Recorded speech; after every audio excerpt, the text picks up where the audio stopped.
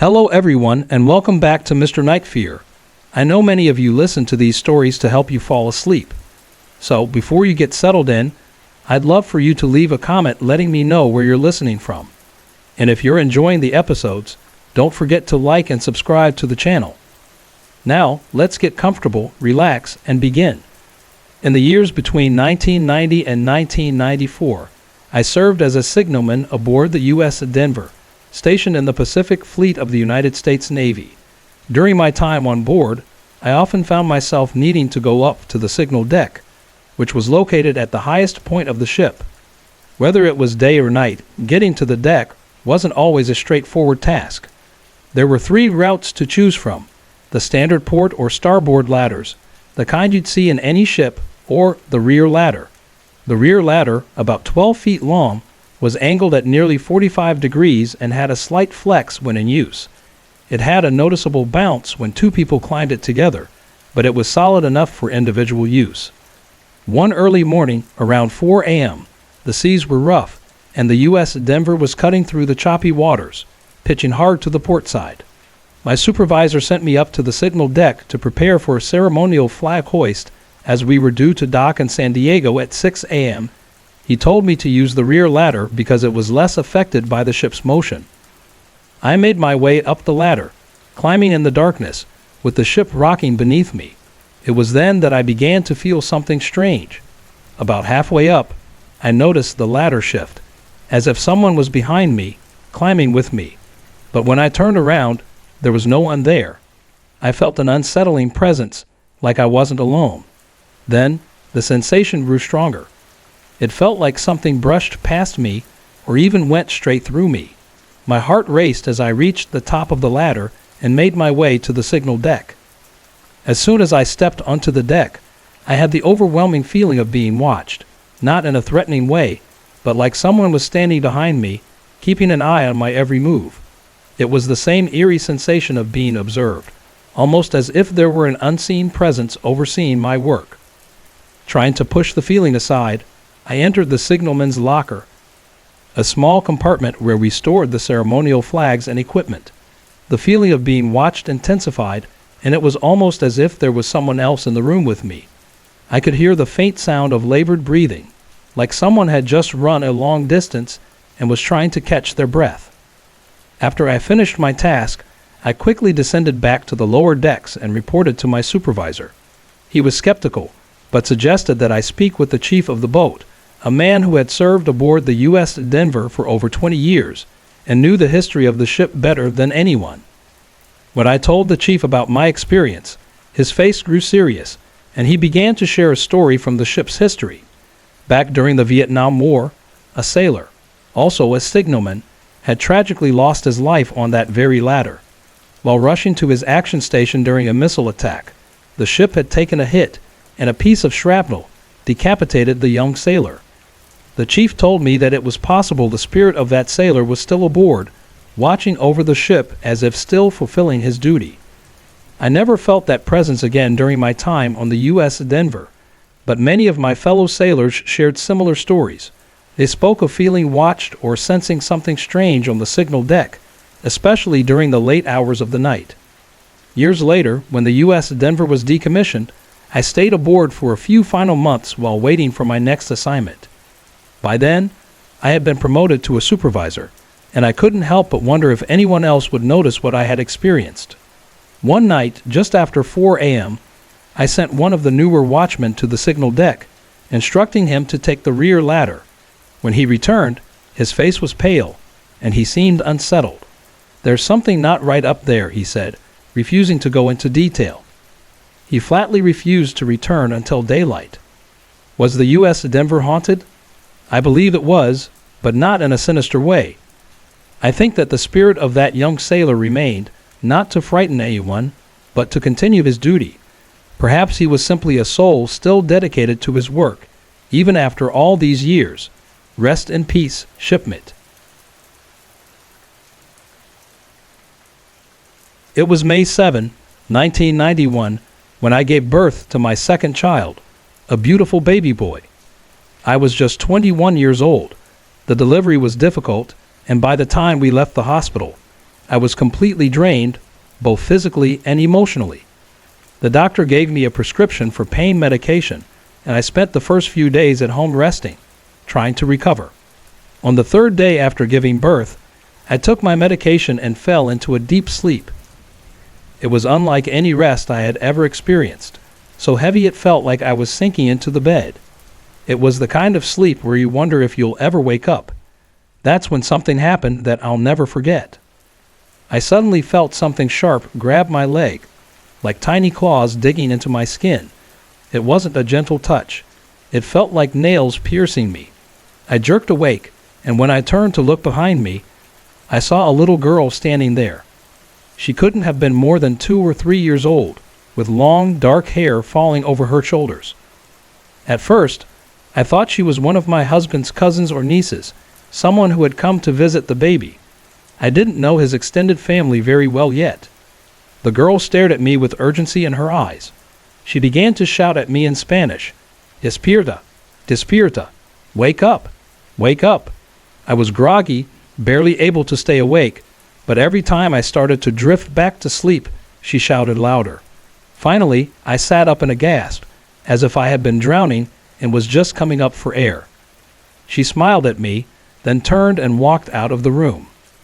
Still in a haze, I got dressed and made my way into the kitchen, where my husband was. I asked him who had come to visit the baby. He looked at me confused. He told me no one had stopped by. He had asked everyone to give me time to rest. I described what I had just experienced, down to every detail of the little girl, her long dark hair, her age, and her speaking Spanish. At first, he looked at me like I was imagining things, but then his face went pale. He told me there was a little girl in his family who looked just like the one I had described. The only difference was she had passed away many years ago. She was his cousin, and she died tragically in 1966 when she was only 3 years old.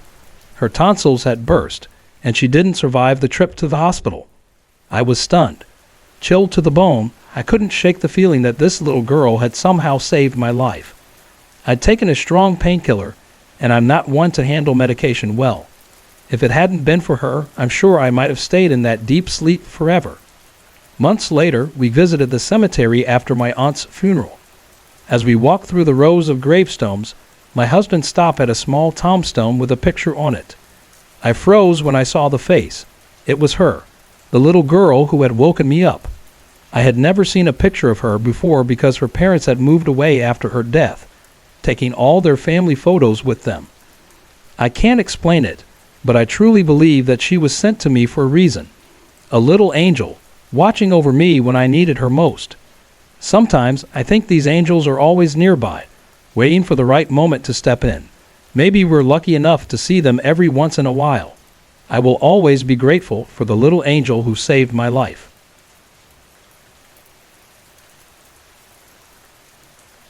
It was unbearable, just unbearable. My dad, little sister, and I had just returned home after a long ride from Ashford, a small town outside of Chicago. The bus had been delayed, and the vending machine had run out of snacks. By the time we pulled into our driveway, I was completely exhausted, drained to the bone, and not in the mood to deal with anything or anyone. But something or someone had other plans for me that night. After a quiet dinner, I was finally tucked into bed, the weariness of the day weighing heavily on my body. I didn't expect to fall asleep so quickly, but it was like the moment I closed my eyes, I was gone. That is, until I woke up suddenly with a sensation so wrong, it felt like something was watching me. Not just any person in the house, but something different, something otherworldly. I tried to shake it off. It had to be my imagination. After all, it had been a long day, and I was probably just feeling the effects of travel. To distract myself, I began thinking about our trip to Ashford, the long ride, the strange, unsettling feeling I had while we were there. My eyes drifted to the small mirror hanging on the wall across the room. I don't know why, but I had this habit of staring at it when I was alone. Sometimes, it almost seemed to warp the shadows in the room, making me feel like there was something lurking just beyond its surface. But tonight, the mirror was normal. What I saw froze me in place. My breath caught in my chest. There in the mirror, was a man. He looked old, pale, with a thin, dark suit that seemed too fragile to be real, like a shadow dressed in cloth. His arm stretched out toward me, his hand just inches above my head. I was lying near the edge of the bed, and he could have easily touched me if he wanted to. Panic surged through me, but my throat felt tight. I couldn't scream. I turned my head as fast as I could, glancing toward where he should have been standing. But there was nothing, only the dim shadows of my room, still and quiet. My heart hammered in my chest, and I dared a second look into the mirror. He was still there. He was right beside me, standing just beyond my bed, his hand still suspended in midair. I whipped my head around again, searching the room, but it was empty. It couldn't be real, could it? The third time I looked into the mirror, the figure moved. My stomach dropped. This wasn't a nightmare. This wasn't my tired mind playing tricks on me. This was real. Finally, I could speak. My voice came out in a strained whisper, then a scream, "Dad!" My dad shot out of bed, his footsteps pounding down the stairs. He burst into the room just as I flicked on the light, and there he was, standing in the doorway, his face full of concern. Shaking, I told him what had happened. He just shook his head, telling me it was all in my head, that I must have been dreaming. "You were half asleep," he said, dismissing the terror in my voice. But deep inside, I knew he was wrong. I knew it had been real. The next day, I left the house to clear my mind. That night, my dad, still not believing me, decided to sleep in my room.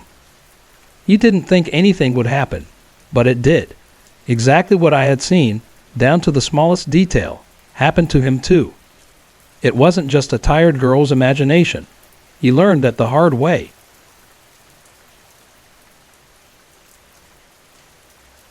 This story about a local hospital in a small town called Pine Lake is true. My uncle worked in the hospital's maintenance department a few years after the strange events took place. One of my most vivid childhood memories is of him recounting his experience there, though it wasn't often that he shared it. When he did, it was almost as if he entered a trance. His voice became flat, devoid of emotion, like he was forced to relive a memory he desperately wanted to forget. Eventually, my aunt forbade him from telling the story altogether.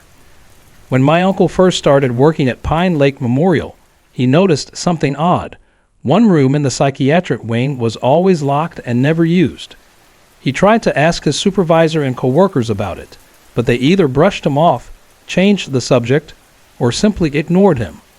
One late night, while replacing a light bulb in the corridor near this mysterious room, my uncle finished screwing in the new bulb and started to climb down the ladder.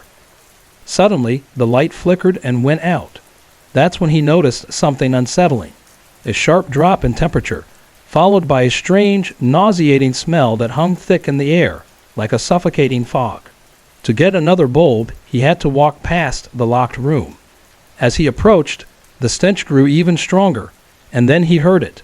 First, a faint sound that resembled someone singing, but then it shifted into something far more disturbing, an unearthly mumbling. A chill ran down his spine, but what happened next stopped him cold. "Raymond," a familiar, fragile voice called. "Help me, Raymond. You're the only one who can help me.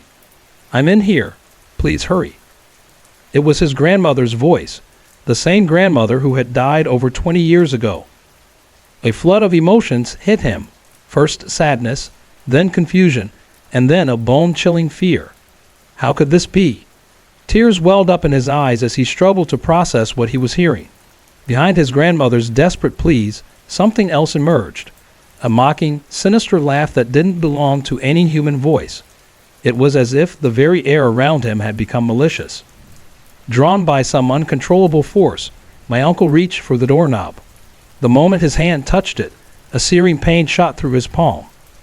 He pulled back, revealing a hideous crescent-shaped burn that would remain with him forever.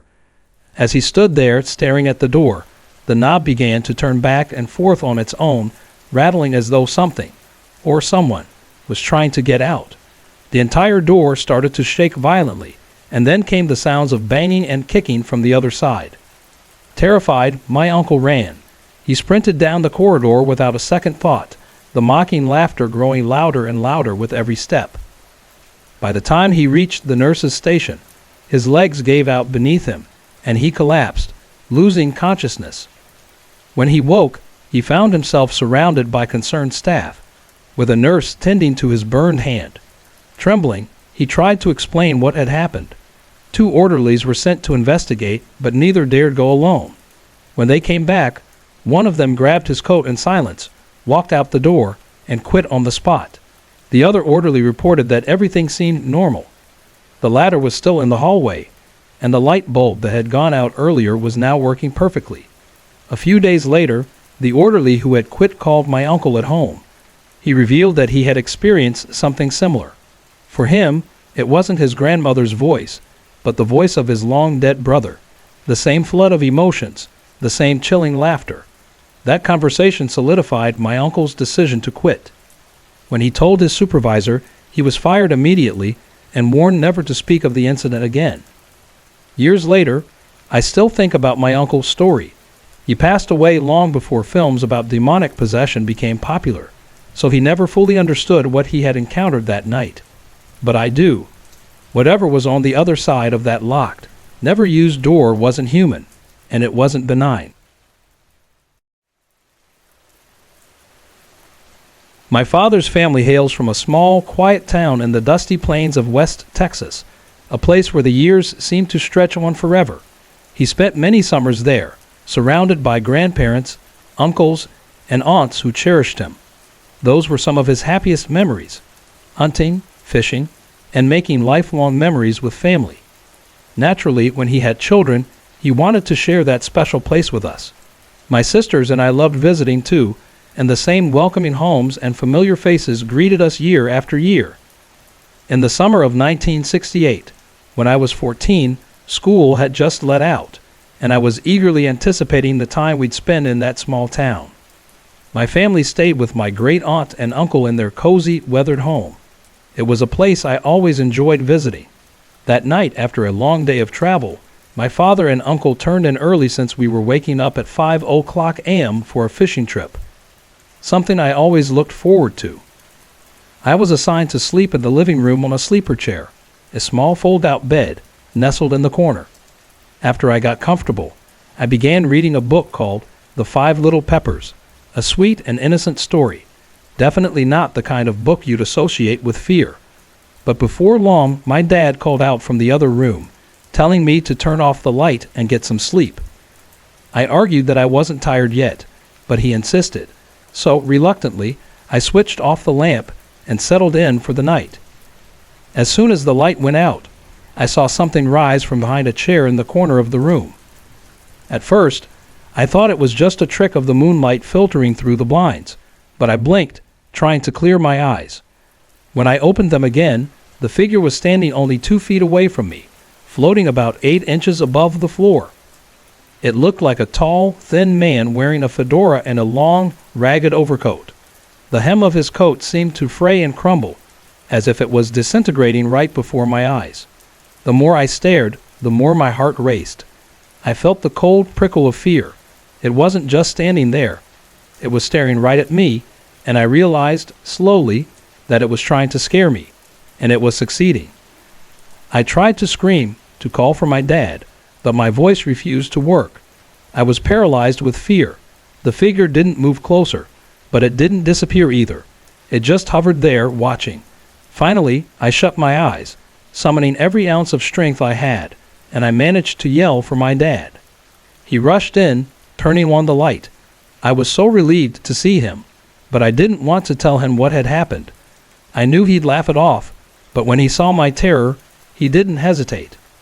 Without a word, he switched places with me, letting me sleep in his bed. That night, nothing else happened, and I thought that was the end of it. But 2 years later, I was home with my mom and sisters, and we were chatting casually when the subject of ghosts came up. It wasn't a topic we often discussed, but I decided to share what I had seen. As I told my story, my mom laughed, brushing it off as just my imagination. Frustrated, I stormed off to the bathroom to be alone. My middle sister followed me in and shut the door behind her. She asked me if I was sure about what I had seen, and I angrily assured her that it was real. That's when she told me something that sent a chill down my spine. She had seen the same thing when she was about 5 or 6. She described how, while lying on a pallet in that very same living room, the figure had appeared when the lights went out. It leaned over her, staring intently. She too had been frozen in place, unable to move, overwhelmed by fear. And just like me, she felt like it wanted her to be scared. Terrified, she kept her eyes locked on it until, eventually, exhaustion took over and she fell asleep. Years later, we discovered that our great-grandmother had lived in that house during the final years of her life. She often said that the house was haunted and claimed that a ghost visited her every night. At the time, no one believed her, dismissing it as the ramblings of an elderly woman. The house wasn't old when she moved in during the 1940s, but before her, it had been a rental property. The only thing we knew about the previous owner was that he was a banker who despised children and enjoyed foreclosing on homes during the Great Depression. To this day, we still don't know what that figure was or who it was. All I know is that it left a permanent mark on both me and my sister. We've never forgotten the fear it instilled in us, and I hope we never have to face it again. When I was 19, something happened that I've never been able to fully explain. I'm 27 now, living in Michigan, but this story still haunts me. My cousin Jason and I grew up in a small town called Pine Lake in northern Michigan. Our house was about 1.5 miles from a winding river that cut through the dense woods. The only way to get to our favorite spot on the river was on foot or by ATV. Growing up, the river was our playground. We spent almost every day fishing, and as we got older, camping by the water became a regular tradition. On one trip, we were waiting for our friend Mike to join us. He usually came up from Detroit for weekend trips, but this time, something came up, and he couldn't make it. So Jason and I decided to go along. Instead of camping by the river like we normally did, we chose a new spot about 1/4 mile downstream. It seemed like a good idea at the time. Fresh air, a change of scenery. But by the time night fell, we regretted that decision. The spot we picked was high above the river, a steep slope about 100 feet up. The view was breathtaking during the day, but at night, things felt different. As the sun set and we built our fire, the warmth and crackling flames gave us a false sense of security. We spent hours talking, reminiscing about old times, and joking about the things we used to do. But by the time we settled into our sleeping bags, it was close to midnight. That's when the first odd thing happened.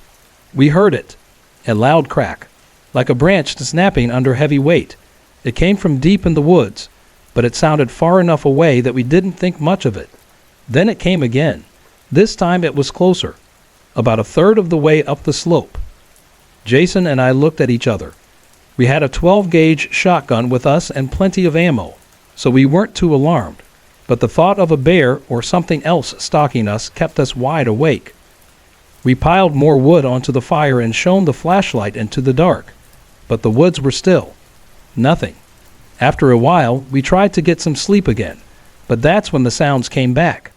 This time, it was more than just snapping branches. We heard footsteps, sharp rustling in the brush, and whatever it was moving quickly, faster than any animal we knew. It circled us, moving closer with every pass.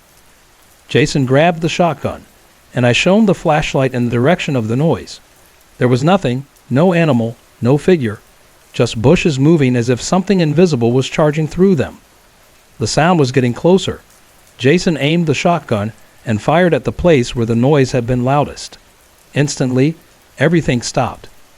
We sat there in stunned silence, trying to process what had just happened. Could it have been an animal? Nothing in these woods moved that fast or stayed hidden. About 30 minutes later, the sounds returned. This time they came from the very bottom of the slope. Slowly they crept closer, heading back up toward us. We waited, hoping to figure out what it was, but when the noise was just 10 feet away, Jason fired again. The silence returned. We stayed up all night, taking turns firing as it approached, closer, each time, until the sun started to rise. It was the same every half hour, until dawn, when everything finally stopped. By morning, Whatever it was had disappeared. We packed up quickly, leaving the site with a sense of relief. We never went back to that spot. Over time, we started calling it Devil's Ridge, and even now, we both wonder what would have happened if we hadn't had the shotgun, or if we had just done nothing at all. I've told this story to a few people over the years, but to really understand how terrifying it was, you had to be there. I live in Michigan now, but I plan to go back to Pine Lake soon. If any investigation team is interested, I'd be willing to show them exactly where it happened. But one thing's for sure, I won't be camping there again. I live in an old historic apartment building in a small, quiet town in the heart of New England, built in the 1920s. The place has that charming old-world feel, with its polished marble floors in the lobby, the squeaky elevator that often groans like it's protesting every time it moves, and a set of dusty old dumbwaiters that creak when the wind picks up. And of course, it has its share of ghosts. When I found this apartment 3 years ago, I was excited. The rent was remarkably low for a place with so much character, and I quickly signed the lease, not thinking much about anything other than how lucky I was. Ghosts didn't even cross my mind. I was too busy celebrating my new life in a place of my own. That joy didn't last long. It wasn't long after I moved in that the strange events began. One night, I was suddenly jolted awake. My bed shook violently, as if something heavy had dropped onto it. I could feel the pressure, like a weight was pressing down on me. And then, the strangest thing happened. The sheets began to pull, as though invisible hands were tugging at them. My heart raced as I bolted upright, only to feel a strong tug on my shirt. I tried to scream, but no sound escaped. I swatted at the shirt, desperate to break free, and stumbled out of bed, rushing toward the door. I ran into the living room and spent the rest of the night on the couch, trying to convince myself it was all just a bad dream. But the spirit wasn't done with me. One evening, my boyfriend was over for dinner. We were chatting in the kitchen when suddenly, I noticed his face strain of color. His eyes were locked on something behind me. Before I could even ask him what was wrong, the lid of my blender shot across the room and hit him square in the chest. Dinner was over before it even began. Later, he told me he saw the blender lid unscrew itself, float in midair, and then zoom toward him. Needless to say, he never came back after that, and our relationship ended not long after. Over the years, the spirit's antics have only intensified. Sometimes, it rearranges little trinkets on the counter, turns on lamps when no one's near the switch, or makes noises in the closet like someone's rummaging through it. But it always seems to be at its most dramatic when I'm dating someone. Once, while I was talking to a guy on the phone, a casserole dish flew off the kitchen table and shattered into pieces. When my current boyfriend first came over, we were walking through the living room when he suddenly stopped in his tracks, a curious look on his face. "You've got a roommate," he said, half smiling, half serious. I stared at him, startled. "You know what I'm talking about, don't you?" he asked. I nodded slowly. He then turned to the empty space around us and said aloud, "Hey there, sweetie. It's just me visiting." At that, the spirit seemed to respond. A heavy mirror tilted slightly from the wall before hovering in place for a moment, then crashing back into its position with a loud thud. "See?"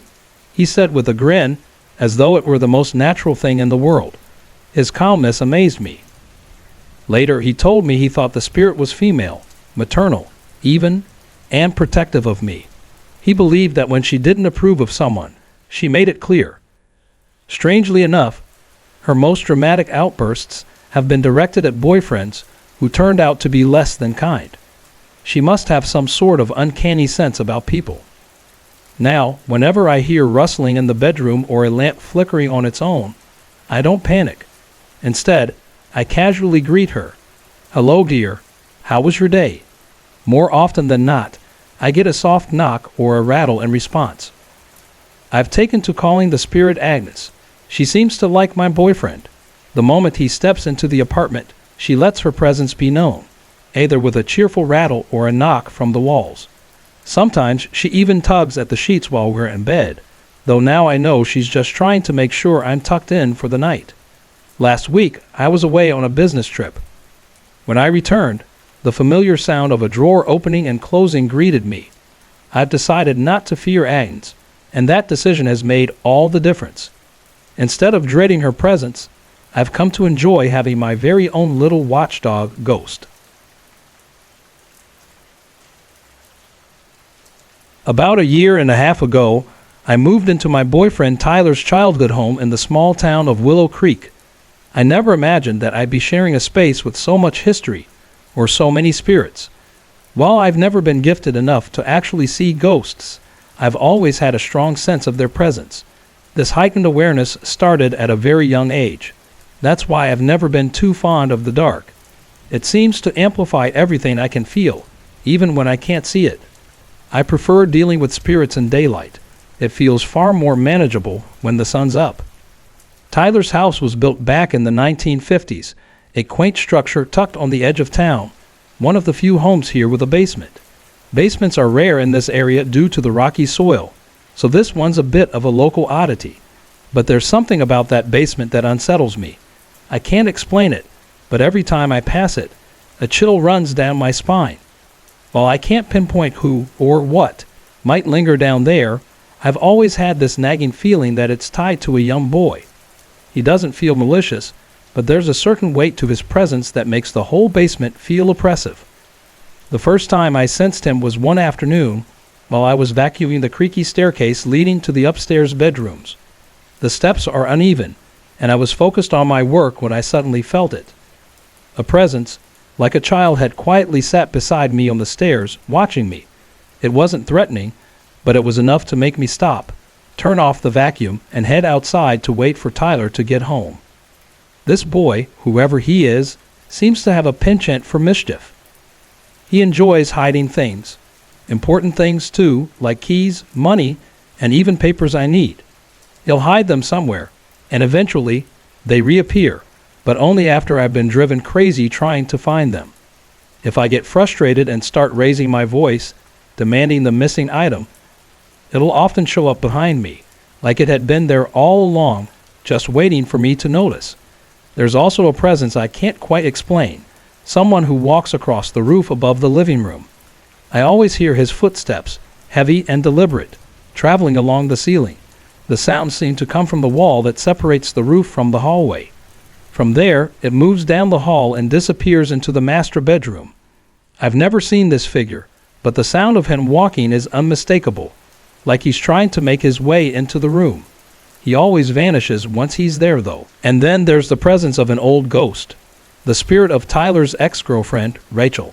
She passed away over 14 years ago, not long after she and Tyler broke up. She was his first true love, and tragically, she had been pregnant at the time of her death.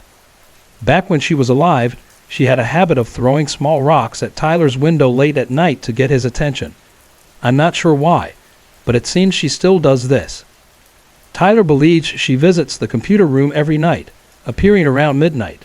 At precisely 3 a.m., she shows up again, often turning on the computer as though she's still trying to communicate with him. It's become so regular that we just learned to close our bedroom door and ignore it. Sometimes, Tyler will joke that it's Rachel just checking in, but I can tell that even he's unsettled by it. Then there was the time my brother Danny stayed with us for a few weeks. The night before he was supposed to leave for work, he kept reminding us, at least 10 times, that he needed to be up at 6 a.m. His alarm clock wasn't working, so he was relying on us to wake him up. The next morning, just after 6 a.m., there was a knock on our bedroom door. Danny stood there, pale and shaken, and asked if either of us had tried to wake him by calling his name. Neither of us had. We exchanged uneasy glances, both realizing what had happened. One of the spirits in the house had made sure he wouldn't be late for work. It felt like someone, or something, had been looking out for him, in its own strange way. Living in this house has been an experience to say the least. Danny, especially, seems to attract spirits, often ones that are less friendly, but the encounters here have mostly been more playful than harmful. Even with the occasional unsettling moments, there's a certain comfort in knowing that the spirits here mean no harm. In a way, they remind us that we're not really alone. Even so, I still prefer to keep the lights on as much as possible.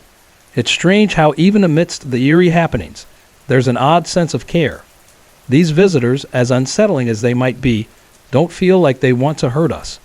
They just seem to be lingering, existing alongside us, waiting for us to acknowledge them. What do you think about these kinds of experiences? Have you ever felt a spirit's presence, even without seeing them? Sorry to interrupt. If you're enjoying the story, let me know in the comments and tell me where you're watching from. Don't forget to like and subscribe for more.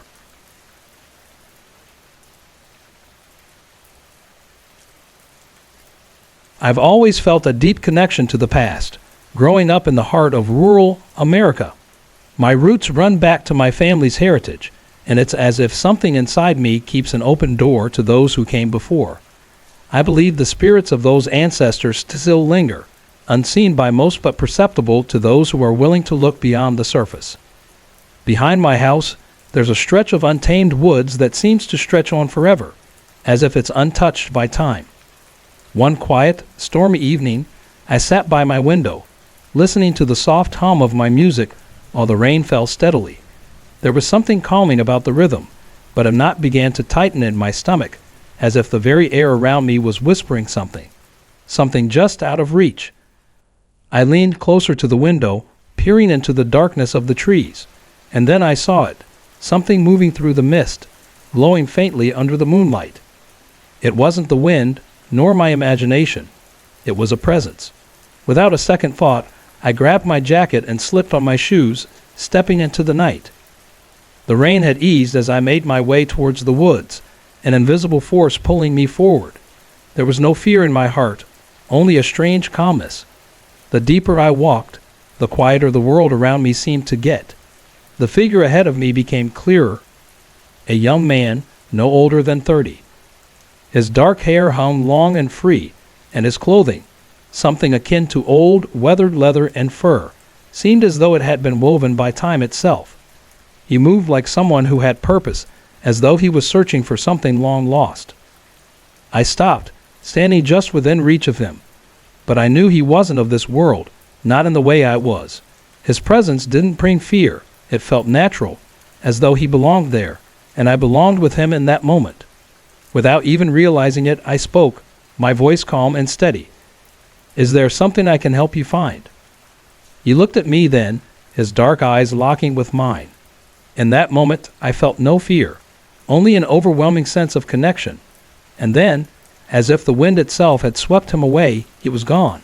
I blinked, and suddenly, the forest was still again, the rain now the only sound breaking the silence. Months passed, but that encounter stayed with me unanswered, lingering in my thoughts. One night, I felt that same pull again. Something was calling me. I went to my window and looked out toward the woods, and there he was, standing just at the edge of the trees. This time, though, he wasn't searching. His eyes were fixed directly on me, steady, knowing. It's hard to put into words the sensation that washed over me in that moment. It was as if the question I hadn't even known I was asking had been answered, not with words, but with that gaze. Somehow, I knew he had found what he had been looking for.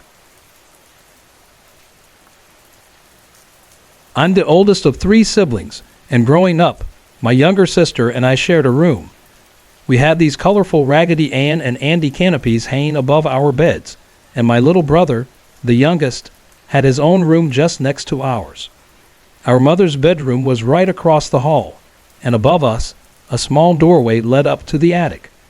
Passing underneath that attic door always felt strange. It wasn't exactly scary, but there was something unsettling about it, something I couldn't put into words. As kids, we spent most of our time running between rooms, but none of us ever really liked lingering near that part of the hallway. Our first odd experience happened not long after The Exorcist aired on TV. My mom didn't mind if we watched it. She treated it like just another movie, nothing to worry about. My sister, who was about 6 at the time, laughed through most of it, but my brother and I didn't last long. After just half an hour, we left to play in our rooms. That very night, as I was playing in my room, I noticed something strange. The canopies above our beds began to sway, just a little, like a soft breeze was moving through. But the windows were shut tight, and the room felt still. There was no draft, no explanation. It felt off. A couple of days later, while we were home alone after school, my brother suddenly said he heard something moving in the attic. I told him to cut it out, thinking he was just trying to mess with me after watching that movie. We shrugged it off and went back to our chores. Nothing else happened for years after that. When I was 12, the attic made itself known again. One afternoon, I was walking out of my mom's room when I heard it. A rolling, squeaking sound, like an old rusty wheel turning. I froze and called my sister over to listen. My brother, always the curious one, suggested we take a look. I didn't want to, but curiosity always has a way of winning out. We pulled the humidifier over to stand on and used a broom handle to nudge the attic door open. As the door creaked up, we saw them. An old, early 1900s stroller and a baby bed, sitting in the shadows. Just as we leaned in for a closer look, the stroller suddenly flew toward us. We screamed, falling backward to the floor, hearts racing. Panicked, we bolted out of the house, not stopping until we reached our neighbor's house, where we stayed until our mom came home. When we told her what happened, she dismissed it as our imaginations, especially after watching The Exorcist. But still, she decided to check the attic herself. We stood at the far end of the hallway, ready to run, while she opened the door. When she looked inside, there was nothing, just dust and cobwebs. She told us we were letting our imaginations run wild, but that uneasy feeling never really left the house. It only grew stronger. A week later, my sister had another strange encounter. We were walking home from school with some friends when she ran ahead because she had to use the bathroom. As she reached for the door handle, it began shaking violently, like someone on the other side was trying to get in. Startled, she yelled, "Leave the door alone. I'm in here." That's when the chaos started. From the kitchen, the electric can opener suddenly whirred to life. Moments later, the garbage disposal began grinding loudly, echoing through the house. My brother and I arrived home just in time to see my sister run out the back door, her face wide-eyed with fear. We stepped inside to find the appliances still running, their eerie noises filling the house. We didn't stick around. Dropping everything, we ran out the front door and waited outside until our mom came home. We've since moved away, and that house, along with most of the neighborhood, was torn down for new development. Only one house remains standing. Those are just a few of the strange things we experienced in that house. Even now, all these years later, the memories still linger, unsettling, mysterious, and unforgettable.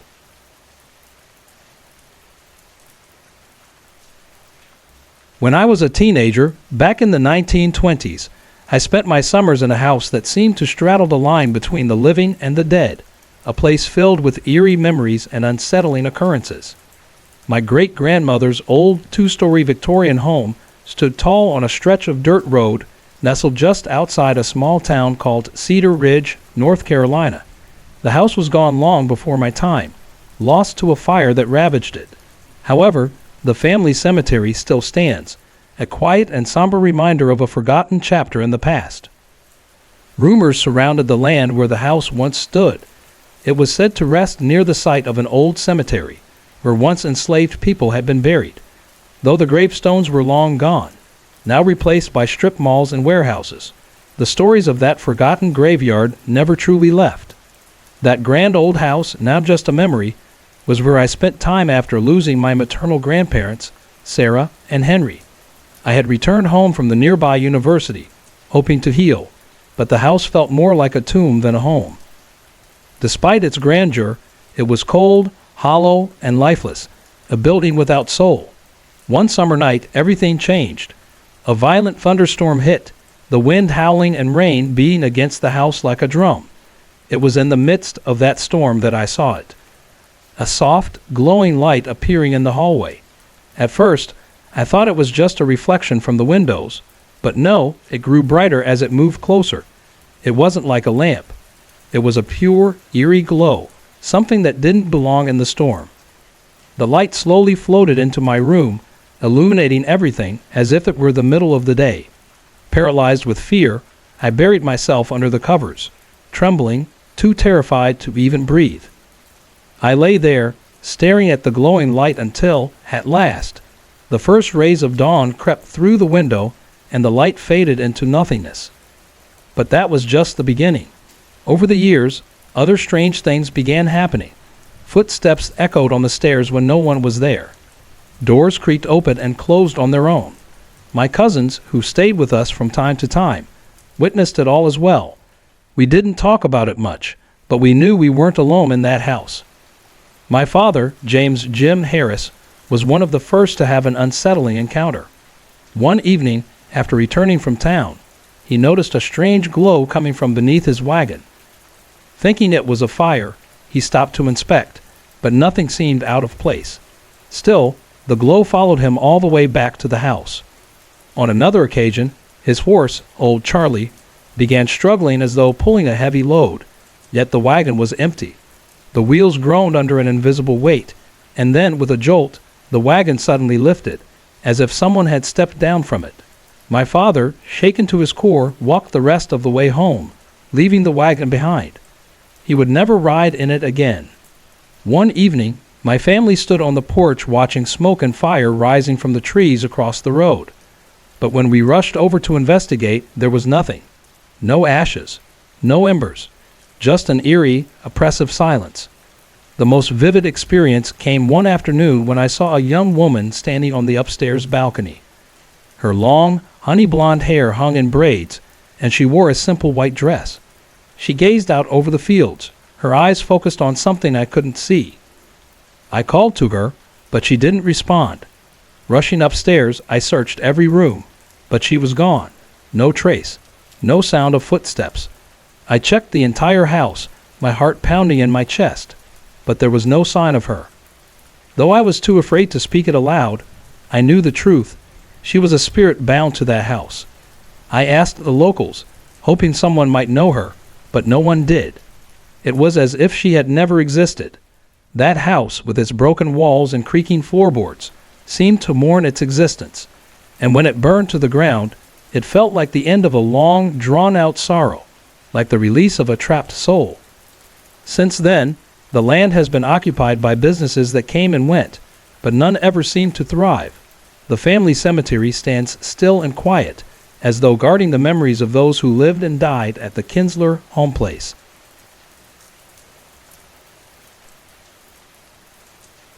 The story I'm about to share is a collection of memories passed down through my family, accounts my grandfather, Edward Davis, and my mother, Sarah Thornton, often told over the years. These tales revolve around a place we called the Old Homestead. I'll narrate this story in the first person, just as my mother would when recounting these eerie experiences. When I was young, my great-grandmother Kinsler's two-story white Victorian house stood on a quiet stretch of Oak Ridge Road just outside of what is now Aspen Creek, Kentucky. Although the house burned down years ago, the family cemetery nearby still stands, a quiet marker of days long gone. Rumors spread that the old homestead and nearby quarters were built atop a forgotten cemetery, once used for enslaved people. Over the years, warehouses and factories cropped up around the area, erasing all visible traces of those resting below the earth. As a teenager in the 1920s, I would often visit the house. I had been living with my grandparents, Dovie and Joe, since I was a child, but after their passing, I moved in with my parents. It was during this time that I began to notice something strange about the house. It always felt off, dreamlike even. There was an unshakable feeling of sadness, like the house was holding onto something it shouldn't, something buried in its past. The house itself seemed cold and hollow, like a forgotten dollhouse. No warmth, no comfort. It wasn't long before the odd events began. One stormy summer night, the kind of storm that rattles your bones, I was in the house when it happened. The wind howled so fiercely that the trees seemed to bend in half. The rain hit the windows with such force it felt like the house might cave in. That's when I saw it. A soft, glowing light hovered down the hallway, unlike anything I'd ever seen before. It wasn't bright, but there was a strange, gentle glow to it, almost soothing. At first, I thought maybe someone had left a lamp on, but there was no one around. I even wondered if it was moonlight, but that made no sense. It was pouring rain outside. The light grew brighter, pulsing almost like it was breathing. Then, to my shock, it floated into my room, lighting up the space like it was midday. Terrified, I did the only thing I could. I jumped into bed, pulled the covers over my head, and held my breath, too scared to move a muscle. I stayed there, trembling, until the morning sun chased away the eerie glow. As the years went by, other strange things became routine. The front door would open on its own, and we'd hear footsteps creaking on the stairs or doors opening and closing. Sometimes it was just me who heard these things. Other times, my cousins did too. What comforted me, though, was knowing we all experienced the same oddities. We couldn't all be imagining it, could we? We tried investigating, but we never found a thing. Was it a prank? Or was there something deeper, something the house was hiding? We never talked much about it to anyone outside the family. We were afraid of being labeled crazy. One evening, my father, Edward Davis, returned home visibly shaken. He had been driving his wagon down the old highway, turning onto Oak Ridge Road, when something strange happened. As he drove, he noticed a faint glow beneath the floorboards of the wagon. At first, he thought the wagon might be on fire. He pulled over to check, but there was nothing there. Even the horse seemed unsettled, pulling as though something far heavier than usual was weighing it down. When my father stepped off to investigate, he felt it too, a strange weight dragging the wagon down. Suddenly, the wagon jerked upward as if something unseen had jumped off it. That's when he heard it, the distant sound of church bells ringing, even though it wasn't Sunday. He finished walking the rest of the way home, unwilling to get back on the wagon. Other family members saw strange things too. From the porch one evening, they spotted smoke and flickering flames rising from the woods past the orchard. But when they went to check, there was no sign of fire, nothing but the quiet woods, untouched. But the most chilling memory I have is of a young woman I saw one afternoon. I was walking through the yard when I saw her standing on the balcony upstairs. She was dressed in a white gown, her honey blonde hair braided neatly, staring out across the road, perfectly still. I called out to her, but she didn't respond. I rushed upstairs to see who she was, but when I reached the top, she was gone. I searched the house from top to bottom, calling her name, but there was no trace of her, not a sound, not a footprint. I asked the neighbors, but no one had seen her before. Years later, the house burned to the ground, leaving nothing behind but the family cemetery. Businesses have come and gone from the area, but none have lasted long. It's as if the land itself holds onto the secrets of the past, guarded by the restless spirits that linger there.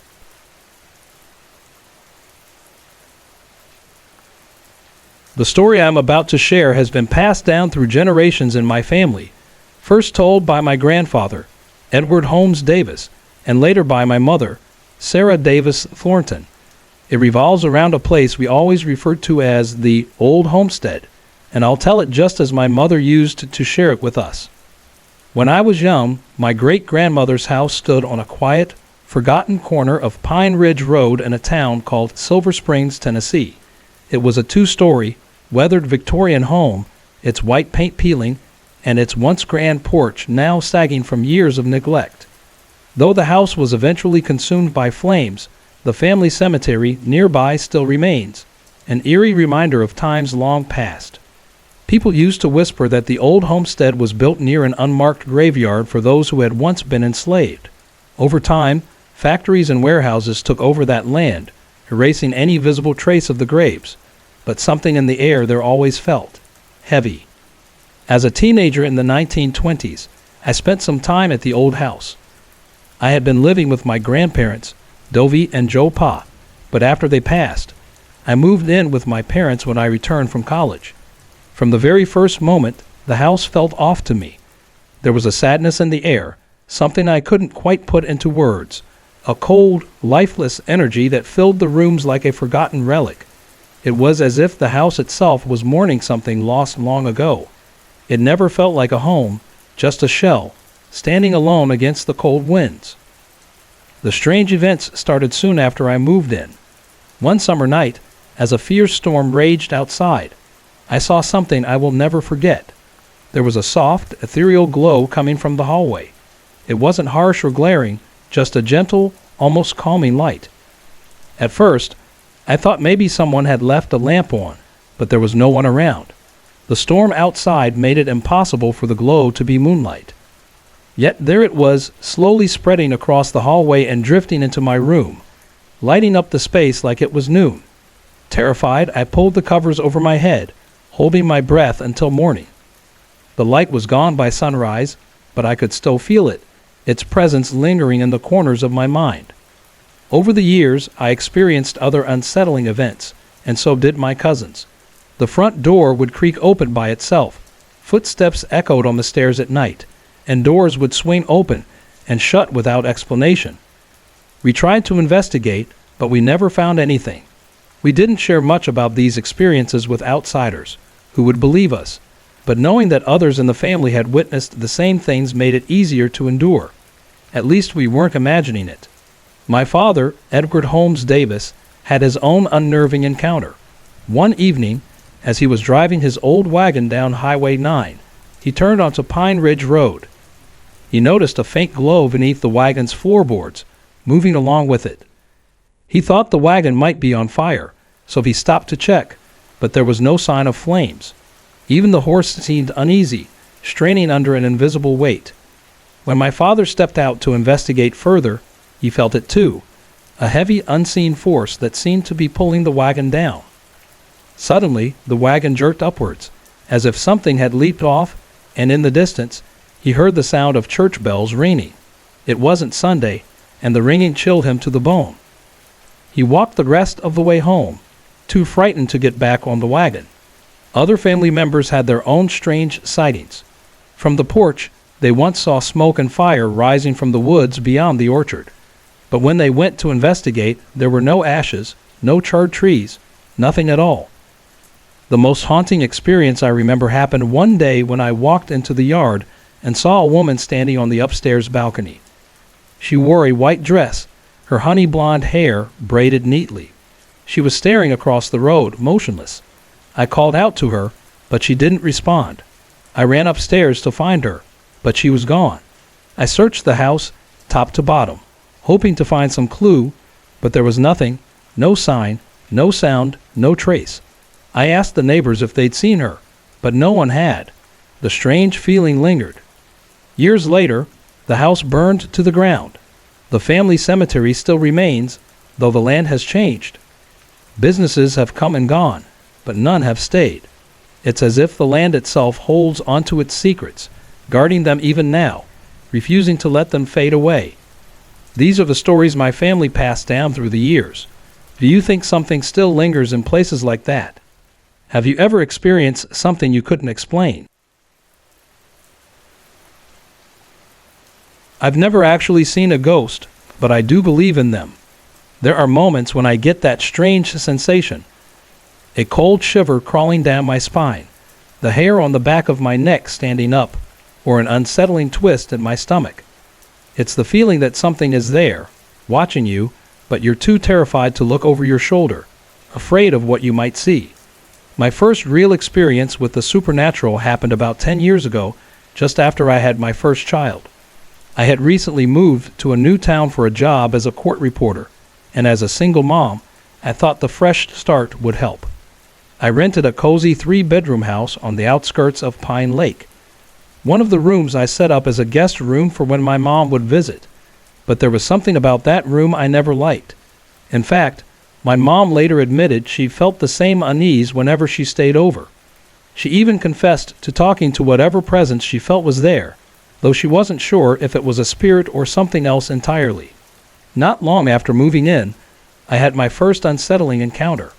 One late evening, I was painting the woodwork in the dining room while sitting on the floor facing the living room. My cat was lounging lazily nearby, when without warning, she bolted down the hallway, hissing in terror. I jumped up, startled, and rushed to see what had frightened her. That's when I noticed something off.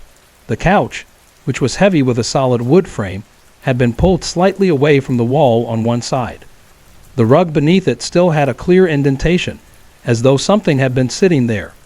I woke my mom, and together we stared at the odd scene, both of us feeling deeply disturbed. That was only the beginning.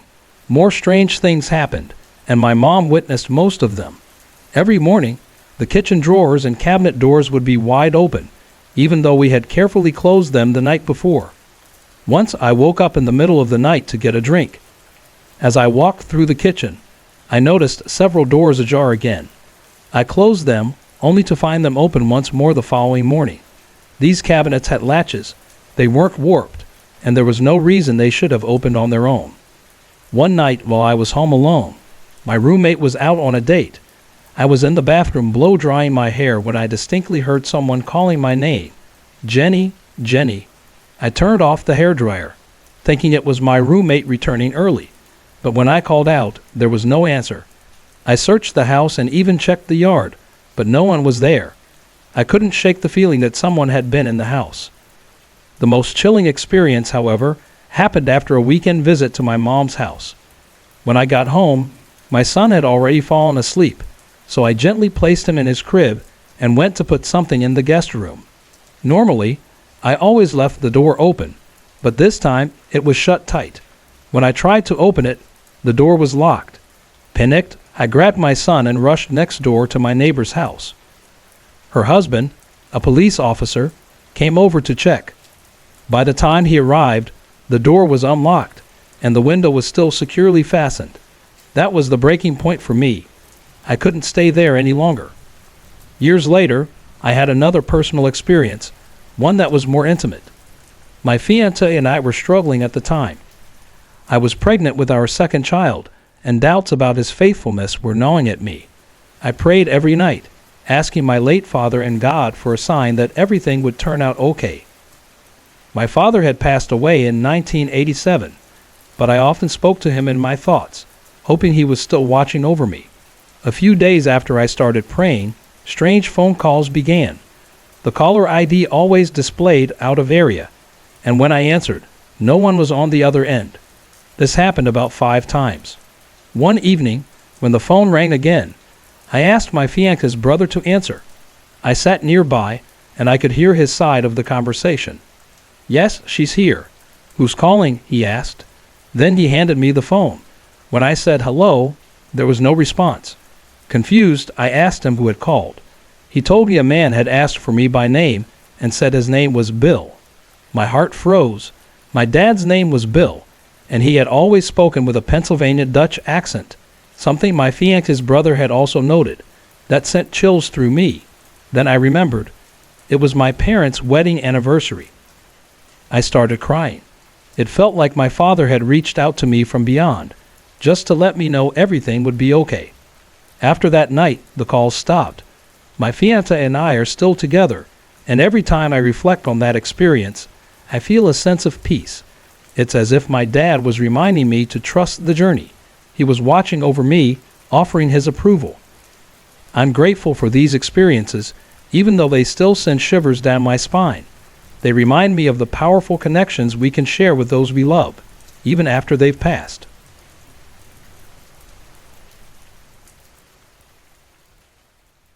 I grew up in a small town in rural America, somewhere tucked away in the heart of Kansas. In a place like that, everything felt simple and predictable, with people leaning on traditional values, where stories of the supernatural were laughed off as nothing more than folklore. Paranormal investigations were unheard of, and those who gave such things any real thought were looked at with skepticism. It's essential to understand this when hearing my story, because the people who witnessed the strange events in our home weren't believers. They were ordinary folks who simply couldn't deny what they saw. My parents moved into an old farmhouse about a year before I was born in 1981. The house itself was a mystery. No one could say exactly when it was built, but most of the older folks in town agreed it was somewhere around the late 1800s, maybe 1890. By American standards, that was an age-old house, especially in a place like Kansas. The weird things began when my mom was pregnant with me. One day she was upstairs, making some curtains for the nursery. She was carrying a pair of old sewing shears when she tripped on the stairs. The shears cut her arm, but somehow she was lucky. Nothing serious happened to her or to me. After bandaging herself up, my parents tried to find the scissors, but they were nowhere to be found. They searched everywhere, every drawer, every corner, but the shears had vanished. My mom was frustrated, but there was nothing more she could do. Eventually, she just gave up on finishing the curtains. Months later, after I was born, the shears mysteriously reappeared, sitting on her sewing table. When she asked my dad where he'd found them, he swore he hadn't seen them since the day they went missing.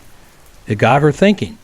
What if something or someone had taken the scissors, only to return them once the danger had passed, once I was safe? Then the strange events grew more frequent. In the kitchen, drawers and cabinets would open and close on their own. Sometimes, while my parents sat in the living room, they would hear pots and pans clattering from the kitchen. But when they went to check, the kitchen was always empty. Lights in the house would turn on by themselves, right around the time my parents' car would pull into the driveway late at night. One of the most unsettling occurrences happened in my nursery. My mom would check on me at night, and sometimes she would find my bassinet rocking back and forth on its own. It would stop the moment she stepped closer, but once she left the room, it would start up again. It wasn't terrifying, just unsettling, something she couldn't quite explain. Things escalated when a high school friend of my mom's came to stay with us for a while. My dad wasn't too fond of her, but he agreed to let her stay for a bit. From the moment she arrived, she kept talking about how strange the house felt, how cold it was, how the air seemed thick. One night, after coming home late, she screamed in terror. She told my parents that as she tried to enter the nursery, she heard a voice whisper, "Get out," and felt a force push her back into the hallway. My dad searched the room, but there was nothing there. The woman refused to go back into the nursery, choosing to sleep on the couch downstairs. The next morning, my mom found something even stranger: heroin and cocaine hidden in the freezer. That was the final straw. They asked the woman to leave, and my parents couldn't help but wonder if something in the house had intervened, protecting us from her. Other strange things followed. During a Christmas dinner with friends, my mom's coworkers saw something they couldn't explain. At the bottom of the staircase, they saw a ghostly figure, a misty outline of a woman, with long flowing hair and a long skirt. She had no face, no feet, but her presence was undeniable. They watched as she floated up the stairs and disappeared. My parents wondered if she was there to protect me or to calm the chaos of the house while I slept. There was also the time my dad was away, and my mom was alone with me. One night, she was startled awake by loud knocking on her bedroom door. Terrified, she checked the house but found nothing and no signs of forced entry. She tried to shake off the fear and went back to bed, only to feel someone shaking her awake. In a panic, she jumped out of bed, only to hear tornado sirens blaring in the distance. She rushed to my nursery and carried me down to the basement, thankful for the strange warning. Over the years, the ghostly woman appeared in different ways, always with an air of protectiveness. When we moved out of the farmhouse when I was 10, the strange events stopped. Even when my sister was born later on, the presence never returned, not in the same way, at least. It wasn't until many years later, when I was working as a nurse in a local nursing home, that I had another experience that made me question if she had truly gone. One of the elderly residents, a woman with sharp eyes, asked me one day, "Who's that woman who's always with you?" I froze. When I asked what she meant, the woman described someone she had seen with me. A woman dressed in old-fashioned clothing, like something out of a history book. She looked almost like her own mother, and I couldn't shake the chills that ran down my spine. It made me wonder, who was she? Why did she protect me? Was she still here, watching over me even now? I'll never know the answers, but one thing is for sure. I'll carry the mystery of her presence with me for the rest of my life. When I was a little girl, I had a deep, overwhelming fear of the dark. Even now, as an adult, there's still an unsettling tension that fills me whenever the lights go out. It's as if that fear has followed me through every stage of my life, like a shadow that never fully fades away. My parents never truly understood why I couldn't bear being alone in the dark. sometimes even when someone else was in the room. They would try to help me face it, insisting that I sleep alone in my dark bedroom. I would scream, beg them to let me sleep with them, but they seldom relented. Eventually, exhaustion would take over, and I'd drift into a restless sleep. What they never realized was that it wasn't just the dark that terrified me. It was the things I was convinced appeared in that emptiness.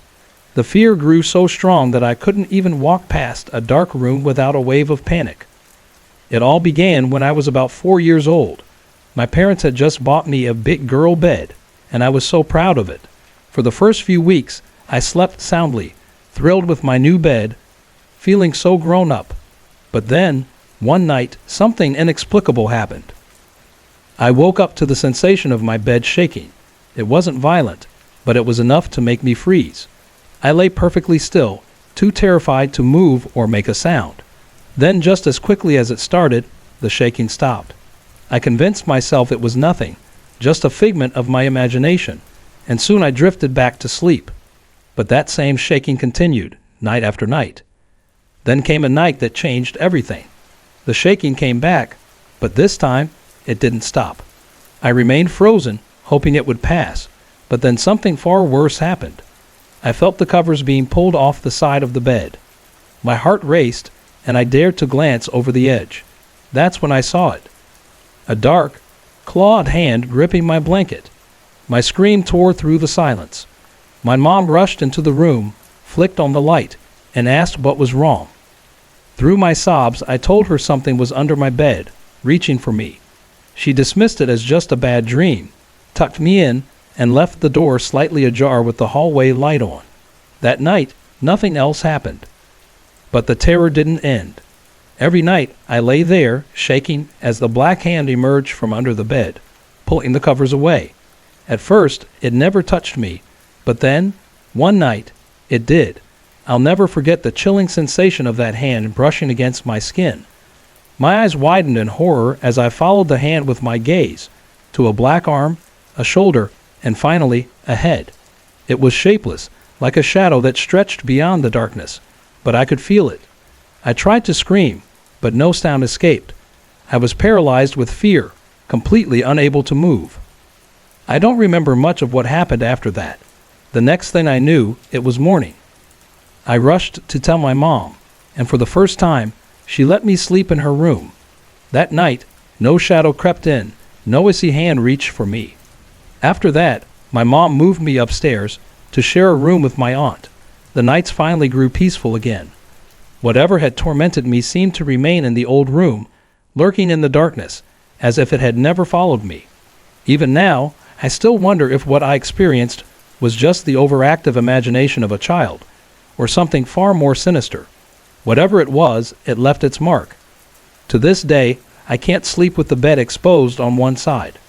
I always make sure that at least one side is pressed against a wall, and I surround myself with pillows for protection, even though I know, deep down, that they can't really keep me safe. But that small comfort is enough to help me face the dark, even after all these years. Hey everyone! I put a lot of effort and heart into creating these videos just for you. If you're enjoying the content, I'd love to hear from you. Drop a quick comment below and let me know where you're watching from and what time it is for you right now. Your support means the world to me, and it keeps me motivated to bring more awesome videos your way.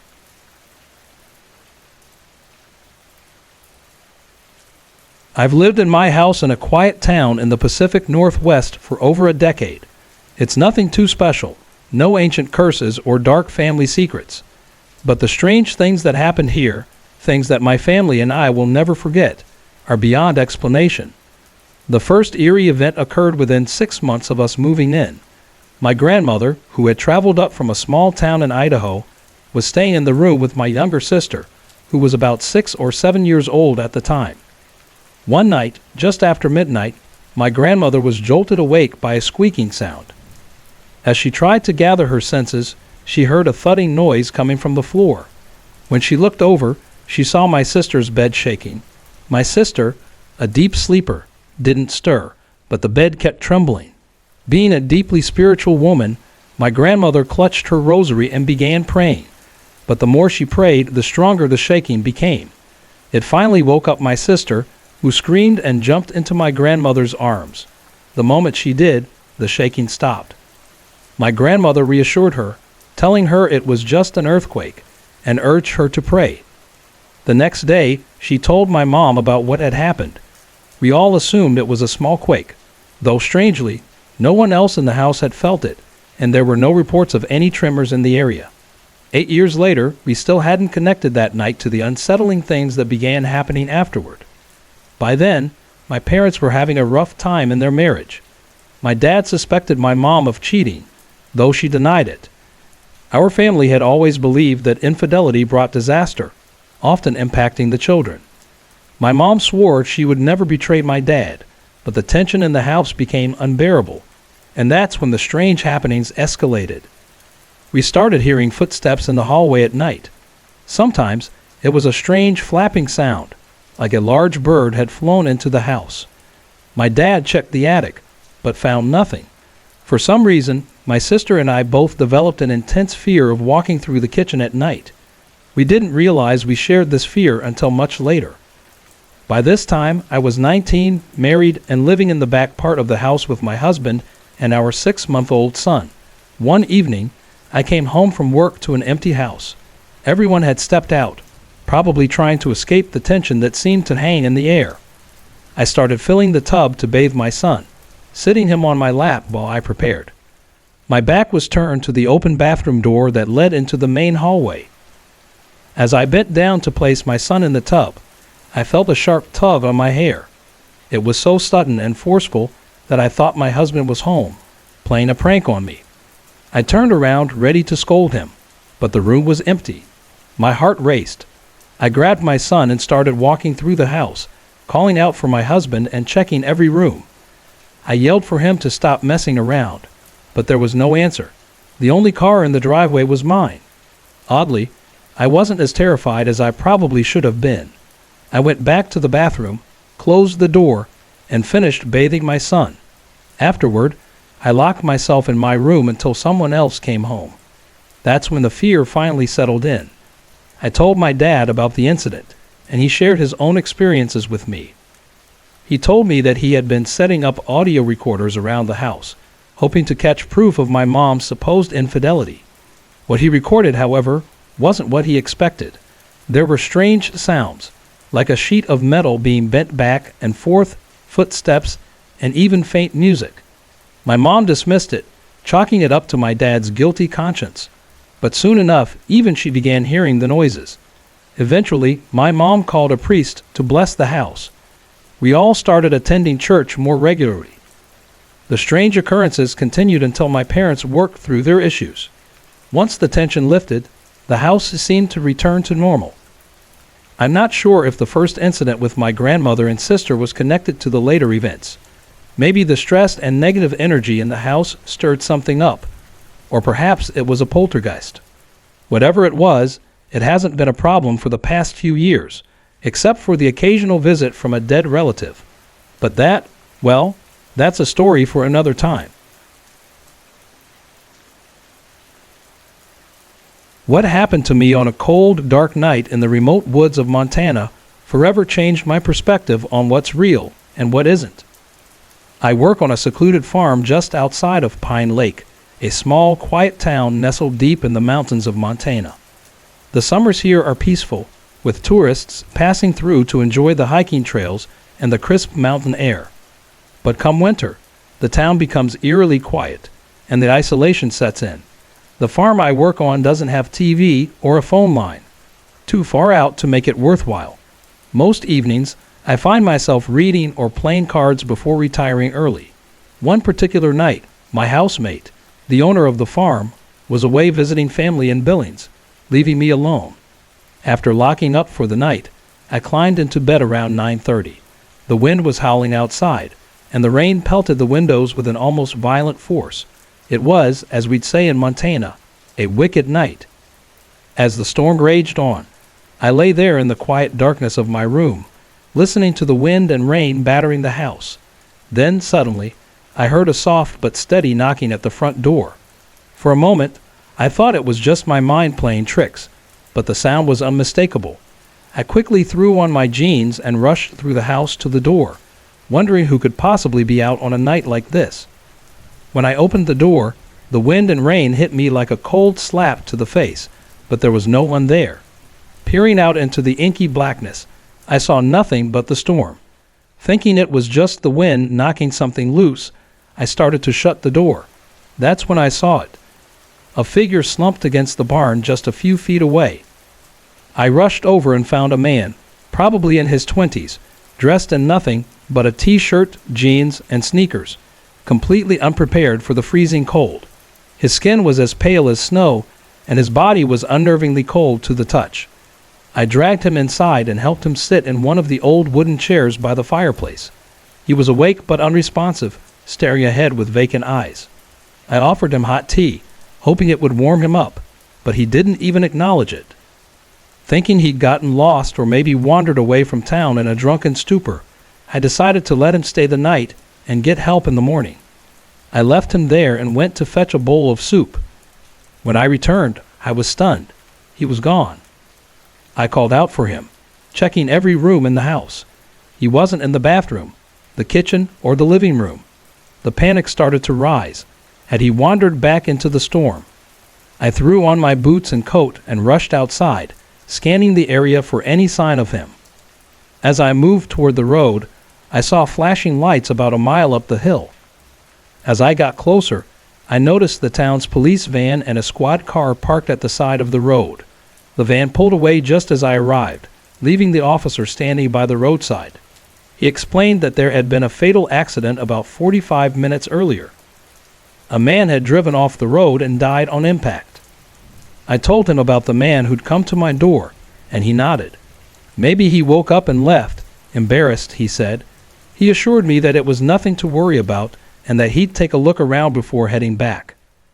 Relieved, I returned to the farmhouse, went back to bed, and tried to put the strange encounter out of my mind. A few days later, the local paper arrived, and I froze when I saw the headline, "Man Killed in Car Accident."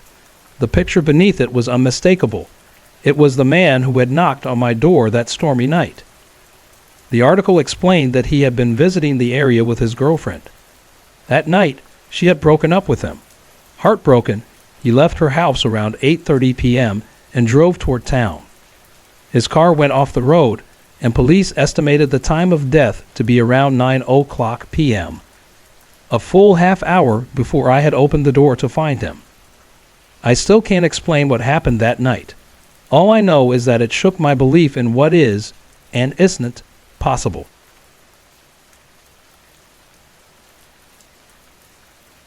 This is a true story that happened to me about 3 months ago. I live in a small town in rural America, surrounded by thick woods.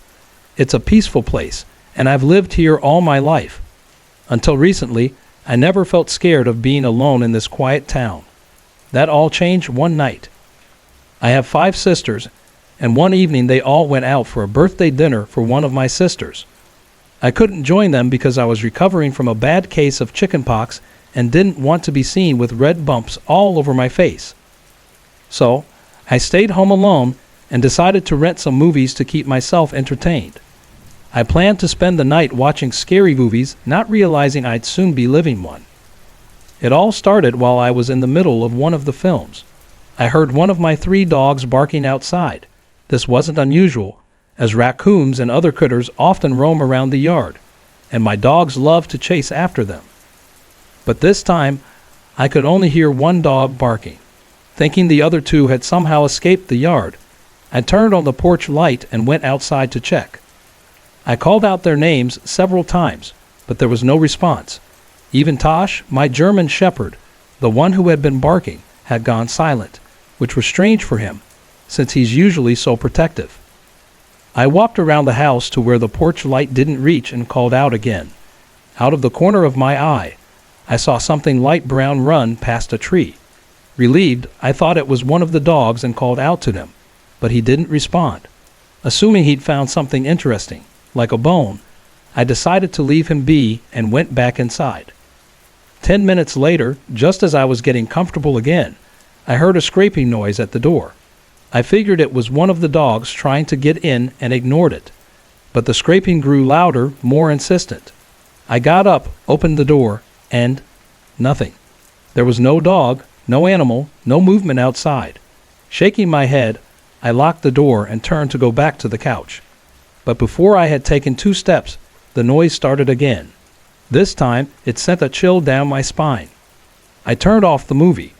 I was too on edge to continue and decided to distract myself by chatting online. I wondered where my parents were, as they'd said they wouldn't be too long. Living so far from town, it usually takes an hour to get anywhere, but it was already past 1 a.m., and they still weren't back. Feeling tired and uneasy, I decided to go to bed. As I lay in bed, trying to fall asleep, the sensor light outside started flickering on and off every 5 minutes. I tried to convince myself it was nothing, maybe a bug flying past or the wind, but it was hard to ignore. Just as I was starting to drift off, I heard a sound that made my blood run cold. It was a long, loud yelp, like a dog in pain. But it wasn't just a yelp. It was distorted, unnatural, almost otherworldly. Frozen in fear, I lay still in bed, barely breathing. The window was open, and I couldn't stop imagining whatever was out there jumping through it. Slowly, I reached for the phone on my bedside table, dragging it under the covers with me. I dialed my mom's number, praying the beeps wouldn't be heard by whatever was outside. When my mom answered, I could barely get the words out, my voice shaking. I asked her where she was and when she'd be home. She said they'd be back in about 10 minutes. I stayed frozen in bed until I heard the soft hum of her car pulling into the driveway. As soon as I saw her through the window, I bolted to the door and didn't unlock it until she was in sight. When she came in, the first thing she asked was if I knew what had happened to the dogs. Confused, I said no. That's when she told me a friend, who lives about 20 minutes away, had found them walking past her house earlier that evening. She had taken them into her backyard and called my mom to let her know, assuming no one was home. I was stunned.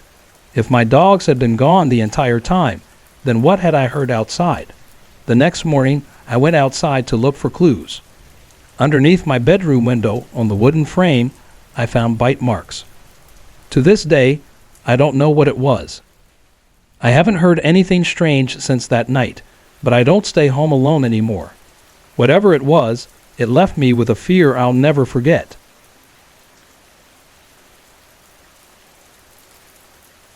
Let me start by saying that my house is incredibly haunted. I've experienced the unexplainable for as long as I can remember. While my family has had their fair share of encounters, I'm going to focus on the ones I've had myself. When I was really little, I remember asking my mom if I could dress like the girl upstairs. I can't be sure if it was a dream or something else, but the memory has always stuck with me. When I tried to picture the girl, she looks like a character from a children's cartoon, almost like something out of Sesame Street, skipping up the stairs to my room. She was wearing a green dress with big red spots. It wasn't scary, just strange, but there was a sense of comfort about her presence, like she was familiar somehow. Years later, one Saturday night, I decided to try and communicate with one of the spirits I believed lived in the house. I sat on the couch, just inviting them silently to make themselves known. It was about midnight when I finally felt that uneasy yet curious sensation. After watching Saturday Night Live, I was painting in the kitchen when I heard footsteps on the balcony that connects to my bedroom. The sound came from a cluttered area, so it couldn't have been anything physical walking there. The noise was both unsettling and oddly fascinating at the same time. Another experience happened in August. It was around 1 a.m. when I was getting into bed. I was still wearing my denim shorts, but I decided to take them off to get more comfortable. As I rolled over to remove them, I saw a figure standing at the foot of my bed. It was completely black, like a shadow, and seemed to be dressed in a monk's robe with the hood pulled up. It glided silently across the foot of my bed, moving straight through the wall. I was fully awake, and it wasn't sleep paralysis because I could move fine. The whole thing felt surreal. The next incident wasn't as dramatic, but it was just as eerie. One night, I rolled over in bed for no particular reason and saw a glowing object near the ceiling. It didn't disappear immediately. I just lay there, staring at it until I eventually fell asleep. The entire time, I had the unnerving feeling that I was being watched. I don't know why, but it's always that sense of being observed that gets to me the most. The most recent encounter, however, was a little more playful. One evening, I was watching a rerun of Saturday Night Live, an episode I had seen before but wanted to re-watch because one of my favorite singers was performing. While watching, I was also making paper snowflakes to decorate the windows. At some point, I got up to throw something away in the kitchen, which is connected to the living room. I could hear the performance still playing on the TV, so I started singing along. Then I noticed something strange. My voice didn't match the music coming from the living room. Confused, I went back to check the TV. To my surprise, the channel had changed from channel 4 to 8, and a different singer, a favorite of mine as well, was now performing. The remote, which I had left in a specific spot, was now moved just an inch. It was like one of the ghosts had been watching with me, but they had their own taste in music, and apparently their favorite singer was different from mine. These are just some of the encounters I've had in this house. They may not be terrifying, but they're absolutely real. Living with ghosts has become a normal part of my life. While their presence can be unnerving at times, I actually find it kind of intriguing. I hope you find these stories as fascinating as I do. Have you ever experienced anything similar? What do you think is going on in my house?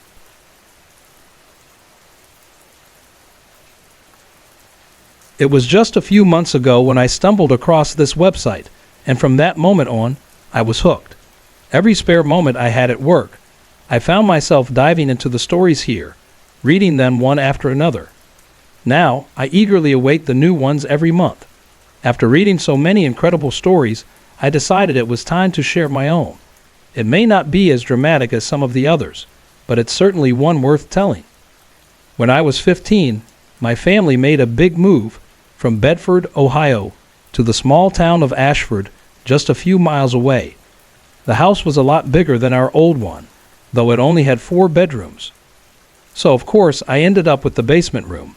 My uncles, who were handy with tools, had split the basement into 2 parts, turning one side into a cozy little bedroom for me. It had paneled walls, a decent-sized closet, and even a window with a nice view of the backyard. The only thing that bothered me was the doors. Both the bedroom and closet doors weren't solid. They were split down the middle, hinged so they would overlap when open.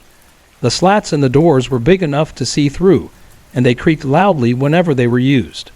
At the time, I thought nothing of it, but that small detail would soon prove to be important. For the first few weeks, everything seemed normal. That was until I made a huge mistake on a whim. I decided to play with a Ouija board one evening, alone in my room. I know a lot of people say Ouija stories are overdone, but this is just a tiny piece of what happened, so bear with me.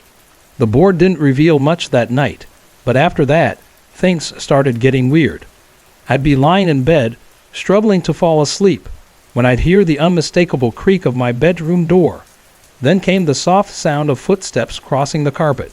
The room was completely dark, and I couldn't see anything, but the noise was crystal clear. I'd lie there, frozen with fear, unable to move. The next day, I told my parents, but they dismissed it, chalking it up to my imagination. They never really believed in anything supernatural, so I didn't expect them to understand. For the next few nights, I couldn't bring myself to sleep in the basement. I opted for the family room couch, but when I finally worked up the courage to sleep in my room again, it started happening all over again. The door creaking, the footsteps crossing the floor, and me too terrified to move. There was also something strange going on with the basement light. There were 2 switches, one at the top of the stairs and one at the bottom. Whenever I flipped the top switch, the light wouldn't turn on. But when my mom tried it later, it worked just fine. It freaked me out, especially for a 15-year-old who was already on edge. After several nights of the same terrifying experience, I finally reached my breaking point. One evening, as the door creaked and the footsteps echoed across the floor again, I yelled out, "Just get out of my room." To my surprise, the footsteps stopped, then retreated toward the door, and I heard it close behind them. The activity stopped after that. I immediately threw the Ouija board away and never touched one again. Whatever it was, it seemed to leave me alone after that. About a year later, my sister brought her new boyfriend over to the house. While showing him around, they stopped at the staircase leading to the upstairs bedrooms. He froze, staring at the stairs, looking pale and shaken. When my sister asked what was wrong, he told her that he had just seen a woman walking down the stairs, dressed in a beautiful wedding gown. The veil covered her face, so he couldn't see her features, but the sight disturbed him. My sister thought he was joking at first, but when my mom and grandmother returned home, my sister shared what he'd seen. To my surprise, my grandmother confessed that she'd seen the same thing when they first toured the house. She had never told anyone because she didn't want to scare us kids. Years passed, and in 1996, after my divorce, I moved back into the house. I was 25 at the time and had my 3-year-old son with me. My mom gave us an upstairs bedroom to share, and at first, everything seemed normal. But by 1999, the strange events started up again, this time in the main bathroom. Whenever I take a shower, I would carefully leave my towel folded neatly on the toilet seat. But without fail, when I stepped out of the shower, the towel would be on the floor. At first, I thought I must have placed it too close to the edge, but even when I was extra careful, it kept happening. The bathroom door was always locked, and the window was shut because of the central air conditioning.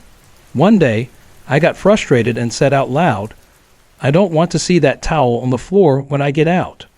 When I finished my shower, the towel was still on the toilet seat, but the small basket of flowers on the toilet tank had been knocked to the floor instead.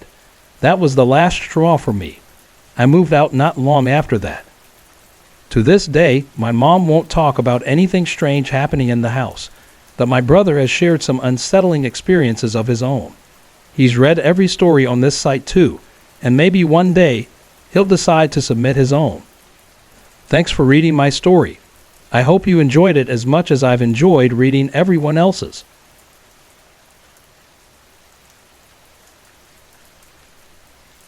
This is a story I'll never forget. It happened in 1992 during my first year at college in a small town in Montana. I was 18, and my boyfriend at the time, Daniel, who's now my husband, was 20. We both attended the same college, and Daniel worked as the student director of the theater department. His office was upstairs, tucked away behind the theater stage. The theater was an old Gothic building with a large, dimly lit space. It had about 300 seats, and on most nights, it felt quiet and forgotten, like a relic from a time long past. One evening, as we were leaving Daniel's office, we walked past the stage door and noticed something strange. A small bird was sitting alone on the stage, bathed in the glow of a bright yellow spotlight.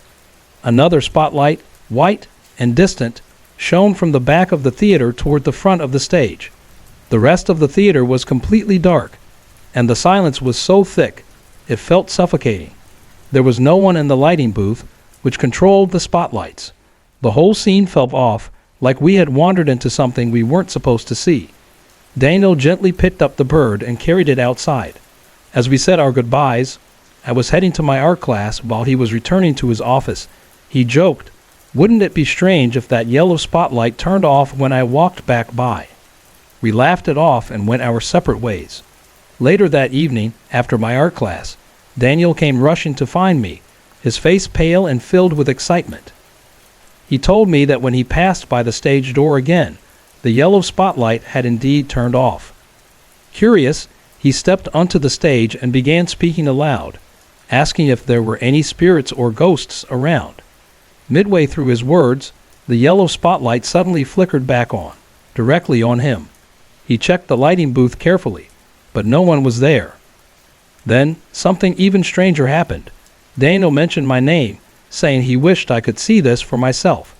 At that moment, a red spotlight appeared next to the yellow one. Some might have thought it was a coincidence, but Daniel immediately connected it to me. After all, I have red hair. He said goodbye to the lights, and almost as if in response, they both turned off. He came to find me, urging me to check it out for myself. When I arrived at the theater, Only the red spotlight was on, as if it had been waiting for me. I gathered my courage and stepped onto the stage. As I started talking and mentioned Daniel's name, the yellow spotlight joined the red one. It felt surreal, part amazing, part unsettling. I couldn't believe what I was seeing. For the rest of that semester, Daniel and I would visit the theater, and each time, the lights would come on for us. But as soon as we left, they would turn off, like a secret connection we shared with whatever or whoever was behind the lights. One day, something even more bizarre happened. I went to the theater after the janitor had finished cleaning. The main lights were still on, but when I stood in the back of the room, I noticed a new yellow square spotlight shining on the stage. As I approached, the square faded and the familiar yellow spotlight switched on. Then 2 white spotlights appeared, followed by 2 pink ones, and finally my red light. I froze, unsure of what to do. It felt as though the lights were inviting me to step onto the stage. There was a strange, almost physical pull urging me forward, like a voice whispering, "Come and play with us." But fear held me back. I couldn't do it. I was terrified. As I hesitated, the white spotlight from the back of the theater, the same one from earlier, suddenly turned on and focused directly on me. My heart pounded in my chest, and I was thankful the main lights were still on. I quickly said I had to leave and backed away from the stage. As I moved, the lights turned off one by one, leaving me in a silence so heavy it felt like the air had thickened. And once again, there was no one in the lighting booth. That semester was Daniel's last before he graduated. Years later, in November, we returned to the theater while in town for Thanksgiving. Daniel went inside, curious if the lights would respond again. They didn't. But as he was leaving, he swore he saw something, a figure darting out of sight as he exited the stage. He described it as a ghost, watching him from the shadows before quickly disappearing when it realized he had seen it. Even now, I think back to that time and wonder what really happened. It all felt so real, yet so impossible. What do you think? Have you ever experienced something like this? Thank you for listening to our story. Sorry to interrupt. If you're enjoying the story, let me know in the comments and tell me where you're watching from. Don't forget to like and subscribe for more. It was never something my family had dealt with before. The paranormal, I mean. So when the events I'm about to share took place, they really shook us all to the core. Let me set the scene by describing my room. I share it with my cousin because it's spacious, just enough for 2 beds arranged in an L shape. Her bed faces mine, the foot of her bed pointing right at me. On this particular night, though, she was downstairs with my younger brother, leaving me alone in the room. It was a regular night, and I decided to head to bed a little earlier than usual, around 9:30. I had just drifted off to sleep when something jolted me awake. I tried to sit up, but I couldn't move. It felt like I was completely paralyzed, unable to control my body. After a few moments of panic, I somehow regained control, but still couldn't open my eyes. I tried to force them open with my fingers, but they wouldn't budge. I knew this wasn't a dream. To prove it, I scratched my eye with my nail in the struggle, and the pain lingered, sharp and real, throughout the night. The scratch was still there when I woke up the next morning. After what felt like an eternity, I managed to force my eyes open. That's when I saw it, the dark, imposing figure of a man sitting on my cousin's bed. His build was solid, broad, and his silhouette cut through the dim light of the room. The only man in the house at that time was my dad, but I knew it wasn't him. He was downstairs, asleep, like usual. My heart pounded in my chest as the fear hit me like a wave. Without thinking, I sprang out of bed and bolted out of the room, not daring to glance back. I ran downstairs and ended up sleeping in my little brother's room, even though, honestly, he wasn't much for protection at the time. The next morning, I told my mom what had happened. The look on her face as I spoke sent a chill down my spine. She admitted she'd felt something strange in the house, too. She told me about an experience she had while cleaning the guest bathroom downstairs. As she was scrubbing the counter, she felt someone walk past her, heading down the hall toward her bedroom. Thinking it was my 3-year-old brother, Jake, awake from his nap, she called out his name, but there was no answer. When she checked, Jake was still fast asleep in his bed. This wasn't the first time my mom had felt this presence either. She said she often saw the figure move from the living room, down the hall, and toward her room. But the most unsettling thing happened just last month. Jake had gone downstairs to use the bathroom while I was in the shower upstairs. He's a brave kid, never one to back down from a challenge. He always says, "I'm not scared," even when he's the one walking down dark hallways. But that night, his bravery didn't last. As soon as I finished my shower, I heard him running up the stairs, crying. I rushed to meet him, and when I asked him what happened, his voice trembled as he said, "I was in the bathroom, and a black man told me, bedtime, but when I looked, he wasn't there anymore." We could see how terrified he was. His small face was pale, his eyes wide with fear. Can you imagine, being that young, seeing a stranger in your house, and then watching him vanish like that? That night, none of us could muster the courage to go downstairs until the sun came up.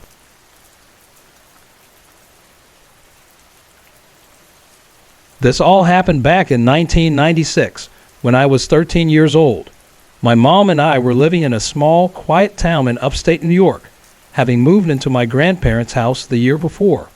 Growing up, I'd always loved hearing ghost stories from my relatives, though I figured they were just tales spun from overactive imaginations.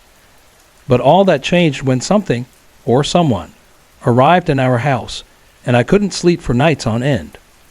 Our house was modest. My mom and I shared a bedroom on one side of the house, while my grandparents slept on the opposite end. Our room had a sliding glass door that led out to a small porch in the backyard, bordered by thick woods. Since the room became pitch black at night, we always kept a small nightlight on while we slept. One night, right at 2 a.m., I woke up suddenly to a sharp, loud clap. It echoed through the room, so loud it made my eyes snap open. At first, I thought my mom had made the noise, so I turned to ask her why she clapped. But before I could say anything, I realized the sound hadn't come from her side of the room. She was already awake, staring at me. She said it wasn't her. A sense of dread washed over me, like the air had thickened. We both slowly turned our heads to the corner of the room where the noise seemed to come from. The nightlight was still on, but the room felt heavier, darker, as though something was pressing in on us. Neither of us moved, the silence stretching on for what felt like hours. Eventually, we managed to lie back down, though neither of us truly relaxed. That sound, there was no mistaking it. A little while later, I woke again to find my mom standing by the dining room door. She quickly shut the door and came back to our room, her face as pale as a ghost, her eyes wide with terror. She told me that the door to our room had been wide open when she woke up, though we were sure it had been closed before. Everyone else in the house was fast asleep. My stomach dropped. Something wasn't right. We tried to go back to sleep, but the night wasn't over. A short time later, my mom woke me up again, this time speaking in a hushed whisper. She told me to be quiet and just listen. At first, I didn't know what she meant, but then I heard it, muffled voices coming from the hallway outside our door. It sounded like people sitting at the dining table, talking in low voices, as if they didn't want to be heard. The murmuring continued for several minutes before my mom, gathering her courage, opened the door. The second she did, the voices cut off. The dining room was completely empty. The strange events didn't stop there. Around 3:30 a.m., we heard my grandfather calling from the living room, "Hold on, I'm coming." Someone was ringing the doorbell. The voice shouted, "It's me. Let me in." My grandfather swore it sounded like a neighbor, someone who often stopped by for coffee during the week. But why would she be at our house in the middle of the night? A cold, sinking feeling filled my stomach, and I begged my grandfather not to open the door. I told him to check the window instead, but he didn't listen. When he opened the door, there was no one there. The porch was empty. No neighbor. No one at all. I don't think I've ever been so scared in my life. Back in our room, I started hearing sounds from the small bathroom attached to our bedroom. The door was open, but the light was off. I froze as I heard objects being knocked over inside. Then I saw something that made my blood run cold, shadows moving in and out of the doorway, like someone was playing peekaboo with me. I couldn't take it anymore. I jumped out of bed and climbed into my mom's, refusing to leave until morning. When the first light of dawn finally broke through the windows, I felt like I could breathe again. It was one of the happiest mornings I've ever had. Not long after that night, we packed up and moved back to New York City. I've never been so relieved to leave a place behind.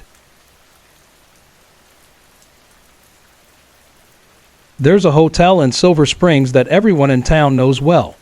It's the tallest building for miles, visible from almost every corner of the town. Its history is as rich as it is chilling. The Silver Springs Hotel was built in 1894 by Charles Montgomery, a businessman from Dallas. By the 1920s, it had become the most prestigious hotel in the region, known for its unparalleled charm and elegance. The first floor housed a grand lobby, a cozy lounge, and an exquisite dining room. Behind the front desk, the elevator landing, added in 1912, gave access to the upper floors, while a grand staircase stretched up through the dining room, connecting the floors above. 10 stories of lavish guest rooms towered above the bustling lobby, with a penthouse offering sweeping views of the town and surrounding mountains. The second floor even boasted a smoking room and a small library, perfect for an evening of relaxation. The Silver Springs Hotel was the pride of the town, but then tragedy struck one night in 1927. In the fall of that year, the Patterson family, visitors from New York, arrived in Silver Springs by train and checked into the hotel for a 3-week stay. The family consisted of Mr. and Mrs. Patterson, along with their 2 children, 14-year-old Jack and 18-year-old Leila. They settled into their room, excited for what the trip had to offer. But on the evening of September 23, disaster hit. As the Pattersons were getting ready for dinner, a fire broke out in the room above theirs. The flames spread quickly, and the ceiling of their room came crashing down. The Patterson family, along with a maid who had been helping Mrs. Patterson, tragically lost their lives. The fire tore through the hotel, catching everyone by surprise. The dining room was full that night, and no one had any warning. When the ceiling collapsed into the dining area below, it sent shockwaves through the hotel. The loss was devastating. Jump ahead 60 years to 1997, and the Silver Springs Hotel had become a shadow of its former self. While the building had been refurbished after the fire, much of its original grandeur was lost. The famous grand staircase, once adorned with a beautiful wooden angel, had been destroyed in the fire and was never replaced.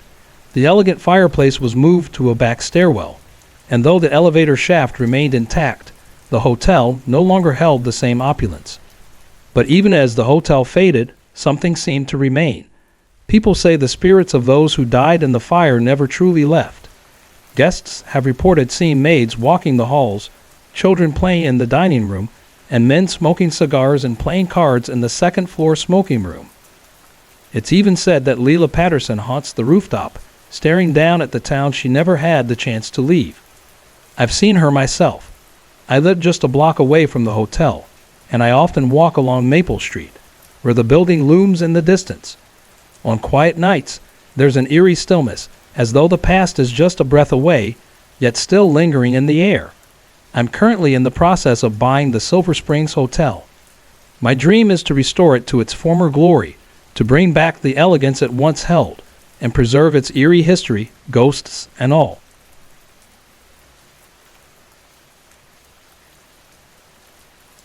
It was the fall of 1970 when my parents bought an old house in Pine Lake, a small town tucked away among the hills of Oregon. We later found out that it had been built in the 1890s, and though it had a rich history, something about it never felt quite right. As I grew older, I realized that the house held more than just age. It held a presence. I still remember the first time my mom expressed her discomfort. Only a week after we moved in, she turned to my dad with a look of unease and said, "I wish we had never bought this house." That sentiment lingered, unspoken, for years.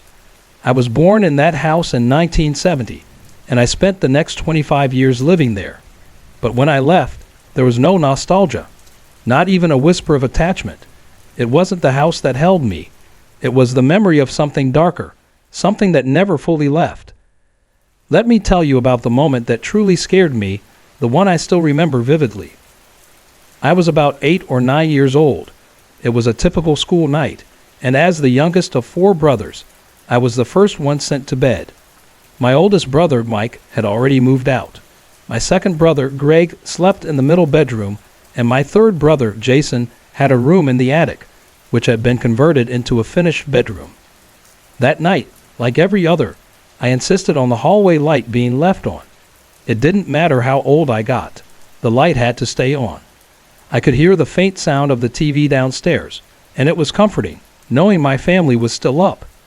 But then, I heard something that stopped my heart. Footsteps. At first, I thought it was just someone coming upstairs, but something was off. Usually, when someone opened the stairway door, I could hear the TV's sound rise. This time, it didn't. Instead, the footsteps continued, slow, deliberate, up the narrow stairs from the attic. They crept down the hall closer and closer until they stopped right outside my room. Now, my room didn't have a solid door. My dad had removed it years ago because it kept banging against my bed when it swung inward. Instead, there was just a thin curtain hung in its place. Even in the dim light, I could make out the shadow of someone standing there, motionless. I assumed it was one of my brothers playing a prank. They loved to mess with me, so I called out, "Greg, is that you?" No answer. I tried again, louder this time. "Jason, come on, stop messing with me." But there was nothing. Not a sound. Not even a breath. My pulse quickened, and a cold shiver ran down my spine. I shut my eyes tight and prayed, begging for courage. When I opened them again, the shadow was gone. My heart slowed as I felt a little relief, but that didn't last long. The footsteps returned, just as slow and deliberate, starting again from the attic stairs, down the hall, and stopping outside my room. I froze. I couldn't bring myself to get out of bed. Who, or what, was standing there? The stairway door was closed. The TV downstairs was still on. No one in my family could hear me. I was alone, trapped in the dark with whatever this was.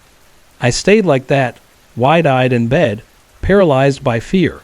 It wasn't until my parents and brothers came upstairs later that I felt even the slightest bit of relief. I didn't say a word to anyone that night. I was just glad they were there. I prayed for peace and somehow managed to drift into sleep. The next day, I told my mom everything. We prayed together, and thankfully, I never had another experience like that. Years later, something happened that made everything I'd experienced feel a little less like a nightmare and more like a strange, twisted confirmation. A man knocked on our door, asking if my parents were interested in selling the house. He said he wanted to remodel it and flip it, but they weren't interested. As he spoke, my mom recognized his last name. It was the same name as the family who had owned the house before us. The man shared a story about his childhood in that very house. He and his brother had slept in the same back bedroom where I'd stayed. One night, they stayed up late playing with their race car track. To keep from getting caught, they closed the door so their parents wouldn't hear them. But then the doorknob jiggled. They froze, assuming it was their dad checking on them. So they jumped into bed. When the noise stopped, they got back up and continued playing. But then they heard footsteps coming down the hall, and the doorknob jiggled again. His brother bolted to the door, flung it open, and looked out into the hallway. No one was there. The hallway was empty, as if nothing had moved at all. Terrified, the 2 boys ran downstairs to tell their parents. Their dad, sitting in the living room, said, "Boys, we've been down here all evening. We never went upstairs." When my mom told me that story, I got chills. It was like hearing my own experience. Only they had a door, and I had a curtain. We were both terrified, and we both felt something we couldn't explain. That house, Pine Lake House, will always be with me, but not in a way that brings comfort. I'll never miss it, not even a little. What do you think happened next? Have you ever experienced something similar?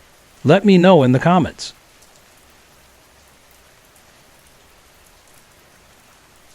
This story takes me back to the summer of 1994, just before I started high school. It's a memory that still affects me to this day, shaping my life in ways I never expected. That summer, my best friend, let's call her Sarah, was on vacation with her dad and his new girlfriend, heading up to the mountains of Montana. It was the first time we'd ever spent the summer apart, and I missed her more than I can explain.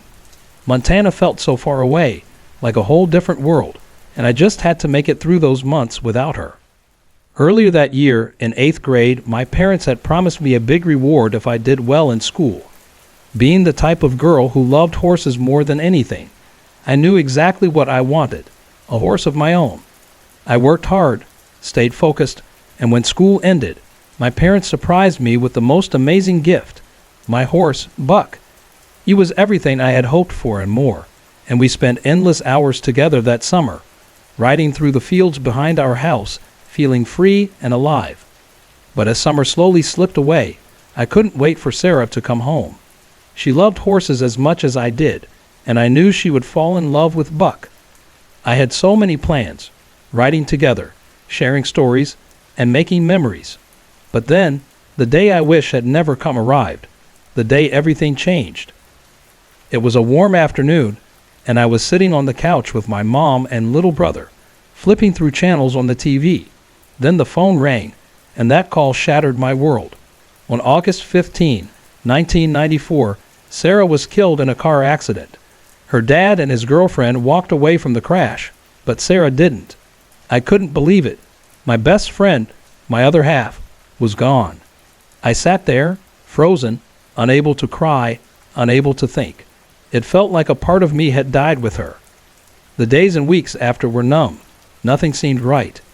I tried to focus on school and spending time with Buck, but there was a hole in my chest that nothing could fill. Then one night, something happened that I'll never forget. I had been at the barn all day, and by the time I made it home, I was completely wiped out. I collapsed into bed and fell into a deep sleep almost instantly. At some point, I woke up, or at least I thought I did, but I wasn't in my bed anymore.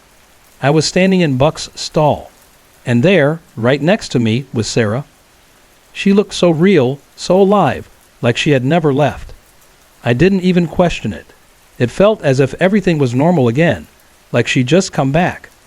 I couldn't help but feel pure joy at seeing her again. I started talking about Buck, showing him off the way I had planned to that summer. Sarah smiled and said she wanted to go for a ride, so we saddled up Buck and took him out to the pasture. Here's the strange part. Before I left the barn earlier that day, Buck's halter had been hanging on a low hook by the door, and his blankets were still on him. But somehow, in this dream, he was ready to go. It was as if the whole scene had been set in a way that made no sense, but felt so real. Sarah and I talked about everything. Our summers, how things were going, but we didn't talk about her death. It was all about life, just like old times. She seemed happy, just like before. After a while, she told me she had to leave.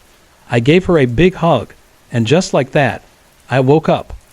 I was back in my bed, groggy, unsure if it had all been real. It was so vivid, so surreal. The next day after school, I went to the barn to check on Buck.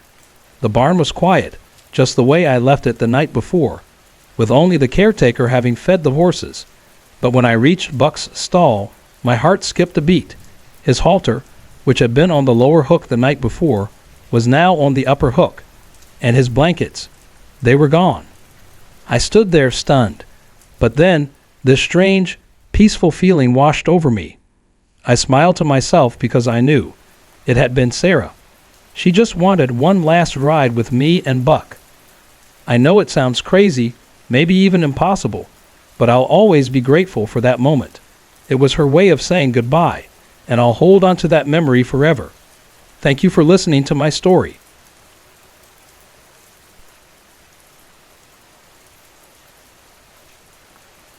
I remember it like it was yesterday, the day we gathered at my aunt's house to celebrate the birth of her baby boy, a healthy little bundle of joy. The celebration took place in her small family-owned diner, nestled on a quiet corner of Pine Lake. The diner was on the ground floor of a 2-story building, and since it was a quiet evening, we had the whole place to ourselves. The night passed in a haze of laughter and the soft clinking of glasses, everyone caught up in the joy of the occasion. Toward the end of the night, one of my cousins, Michael, asked me to join him for a quick trip to the restroom. He didn't want to go alone because the bathrooms were located on the second floor and the upper level was dark, silent, and left unused after hours. My aunt, who owned the diner, had given us the key to the old door at the top of the stairs, leading to the second floor. As we slowly made our way up, both of us were on edge. The second floor was always locked at night, and the thick silence up there only made things worse. The stairwell was dimly lit, and the air had a chill despite the warmth of the diner below. When we reached the top, I slid the key into the lock, and the door creaked open. We stepped inside quietly, our shoes tapping on the wooden floor, breaking the silence. But as soon as we entered, we stopped in our tracks. Standing only a few feet away was a man dressed in white, a plain, almost old-fashioned suit, his features stern and calm. He looked to be in his late 30s or early 40s. For a moment, neither of us could move, our minds racing. Then, panic surged through us. We ran down the stairs faster than I thought possible, practically stumbling over our feet as we rushed back to the warmth of the party. Once back, we tried to explain what happened, but no one believed us. They just laughed it off, saying we had probably imagined it. Michael's sister, Sarah, called us wimps and said she would prove us wrong. "Come on," she said. "I'll go up with you and show you it was nothing." Reluctantly, Michael and I followed Sarah back up the stairs.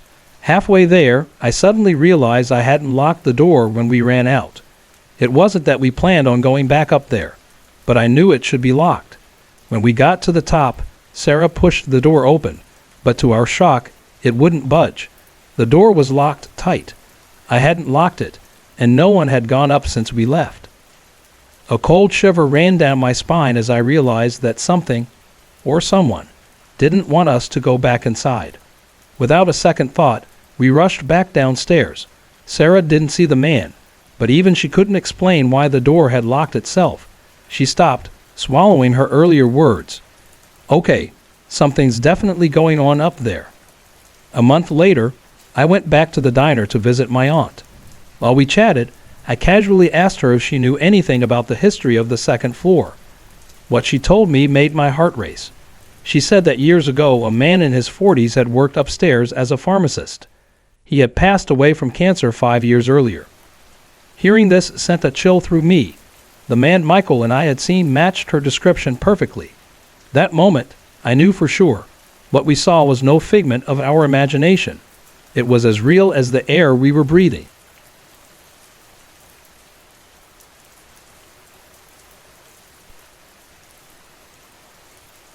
This happened back in 1992, when I was 18 and in my first year of college at a small school in the heart of Texas. My boyfriend at the time, Daniel, who later became my husband, was 20 and also attending the same college. What we experienced that year still feels like something straight out of a dream. Daniel was the student director of the college's drama department, and his office was tucked away on the second floor, just behind the theater stage. The auditorium was large, designed to seat about 300 people. One afternoon, as we were heading out of his office, we passed the stage door and noticed something odd. A bird had perched in the middle of the stage, bathed in the glow of a single yellow spotlight. The entire theater was dark, save for that yellow spotlight and another white one shining from the back of the stage. The back spotlight was controlled from the lighting booth up behind the audience, and it's typically used to follow actors as they move across the stage. The odd part, no one was in the theater or the lighting booth. It gave us a strange feeling, but Daniel just gently picked up the bird and took it outside. As we stood there, about to part ways for our classes, Daniel joked, "Wouldn't it be weird if the yellow spotlight turned off when I walked by?" We laughed and brushed it off, thinking it was nothing more than an odd coincidence. Later that afternoon, after my art class, Daniel came running up to me, visibly excited. He told me that when he walked back by the stage door, the yellow spotlight had gone out. Curious and slightly unnerved, he stepped onto the stage and started talking aloud. jokingly addressing any spirits or ghosts that might be lingering there. In the middle of his one-sided conversation, the yellow spotlight suddenly flickered back on, directly shining on him. Daniel checked the lighting booth, but it was still empty. He kept talking, and as soon as he mentioned my name, the red spotlight next to the yellow one turned on. Some might interpret a red light as a bad omen, but Daniel didn't see it that way.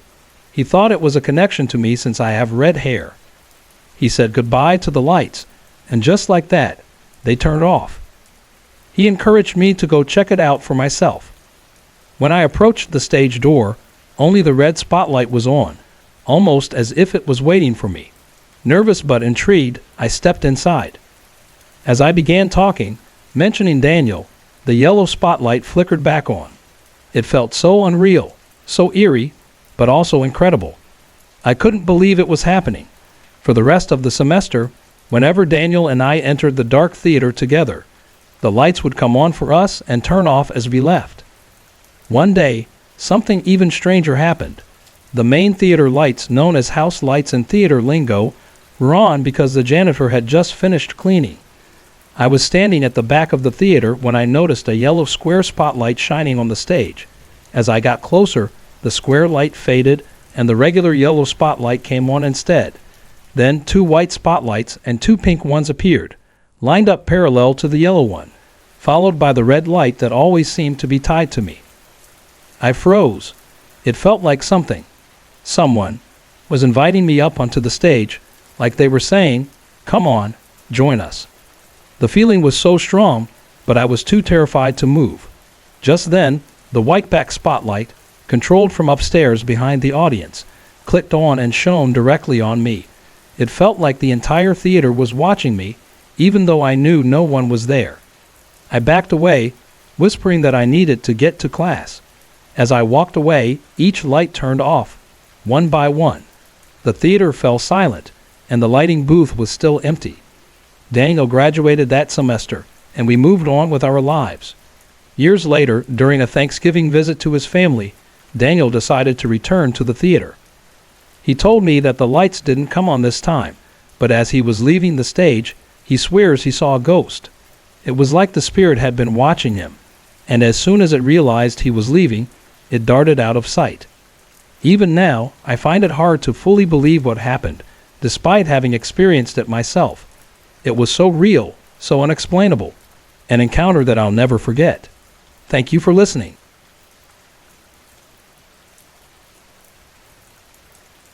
My family and I had never experienced anything strange or supernatural before, which is why the events I'm about to share completely shook us to our core.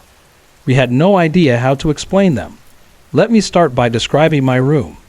I share it with my cousin because it's quite spacious. Our beds are arranged in an L shape, with the foot of her bed facing mine. On that particular night, though, she wasn't there. She had chosen to sleep downstairs with my little brother. I went to bed early that night, around 9:30 p.m., and had just drifted off to sleep when I felt an overwhelming urge to get up. But when I tried, I couldn't move. My entire body was frozen, paralyzed in place. It was the strangest, most unsettling sensation I've ever had. After struggling for what felt like an eternity, I finally managed to regain control of my body, but my eyes wouldn't open. I even tried prying them open with my fingers, but they were stuck. I knew I wasn't dreaming, though, because when I tried to open my eyes, I accidentally scratched myself with my nails. The scratch was still there when I woke up the next day. Eventually, I managed to force my eyes open, and that's when I saw him. Sitting at the foot of my cousin's bed was the dark silhouette of a man. He looked strong, well-built. His presence was imposing. It was terrifying, especially because the only man in the house at that time was my dad, who was downstairs, fast asleep. I was completely frozen with fear. Who was this? How did he get into my room? Without thinking, I bolted out of the room and ran straight downstairs to where my little brother was. I crawled into bed with him, too afraid to go back to my room. Of course, being 3 years old, he wasn't going to protect me, but I felt safer not being alone. The next day, I told my mom everything. To my surprise, she didn't seem shocked. She admitted that she had also felt something strange in the house before. Once, while cleaning the guest bathroom downstairs, she sensed someone walking behind her, heading toward her bedroom. Thinking it was Mikey, my little brother, awake from his nap, she called out to him, but there was no response. When she checked, Mikey was still sound asleep. She also told me that she'd seen what looked like a figure moving from the living room into the hallway on more than one occasion. But the scariest event happened just last month. Mikey was downstairs using the bathroom while I was upstairs taking a shower. For a 3-year-old, Mikey is unusually brave and always says, "I'm not scared." But that bravery didn't last long. As soon as I got out of the shower, Mikey came running upstairs, crying hysterically. When we asked him what happened, he said, "Me was using the bathroom, and some man told me, bedtime, but nobody downstairs no more." He was terrified, and honestly, so were we. I couldn't imagine how frightening it must have been for such a young child to see a strange man in the house, only for him to vanish without a trace. That night, none of us dared to go back downstairs until morning. To this day, I still get chills thinking about it. Whatever, or whoever it was, it's left a lasting mark on all of us.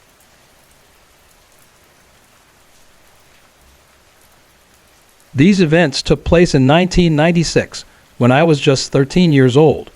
My mom and I had moved into my grandparents' small, weathered home in a quiet town in the rural hills of North Carolina the year before. It was the kind of town where everyone had some unsettling story about the past, from eerie whispers to strange happenings in the woods. At first, I thought it was all just superstition, stories people told to spice up their otherwise ordinary lives. But I soon learned how wrong I was. Our house, an old farmhouse with creaky floors and drafty windows, wasn't large by any means. My mom and I shared a room on one side of the house, while my grandparents slept in a room at the far end, separated by a narrow hallway. The room had an old wooden dresser, a dim nightlight, and a sliding door that led out to a small porch overlooking the woods. The forest behind the house stretched for miles, and when night fell, the trees swallowed all the light, leaving the backyard pitch black. We always kept the nightlight on, but even that didn't help the unsettling feeling that crept in at night.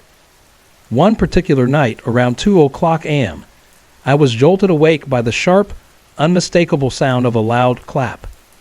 It was so sudden, it made my heart race. My eyes shot open, and I immediately turned to my mom, about to ask if she had made the noise. But as soon as I looked at her, I saw she was awake, staring at me, her expression matching mine, wide-eyed and confused. The sound had come from the corner of the room, but when we glanced over, the space was empty. Even with the nightlight still glowing softly, the room felt darker somehow, as if the air itself had shifted. We stayed awake for what felt like an eternity, staring at the shadows in the corners. But eventually, exhaustion took over, and we managed to fall back into a restless sleep. But that wasn't the end of the strange events. A little while later, I woke up again, this time to see my mom standing at the door to our room, her figure silhouetted against the faint light in the hallway. She was staring out into the dark dining room, the door wide open. Her face was as pale as a sheet, her eyes wide with terror. She quickly shut the door and came back inside, whispering that something had woken her. When she looked up, the door had been open, despite us making sure it was closed earlier. Everyone else in the house was fast asleep, and there was no explanation for it. My mom tried to stay calm, but I could tell we were both on edge. Soon after, she woke me up again. She motioned for me to stay silent and listen closely. That's when I heard it, voices. Low, murmuring voices coming from the dining room. It sounded like several people were sitting around the table, having an intense conversation, but they weren't speaking loudly.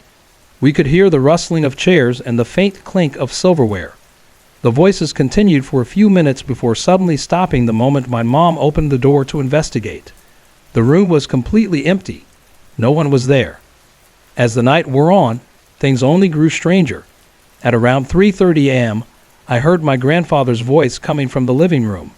He was calling, "Hold on, I'm coming." Someone had been ringing the doorbell repeatedly, and through the door, a voice called, "It's me. Let me in." My grandfather, sounding confused, muttered that it was probably Mrs. Parker, the neighbor who often stopped by. But why would she be at our door in the dead of night? I was already feeling on edge, so I begged my grandfather not to open the door.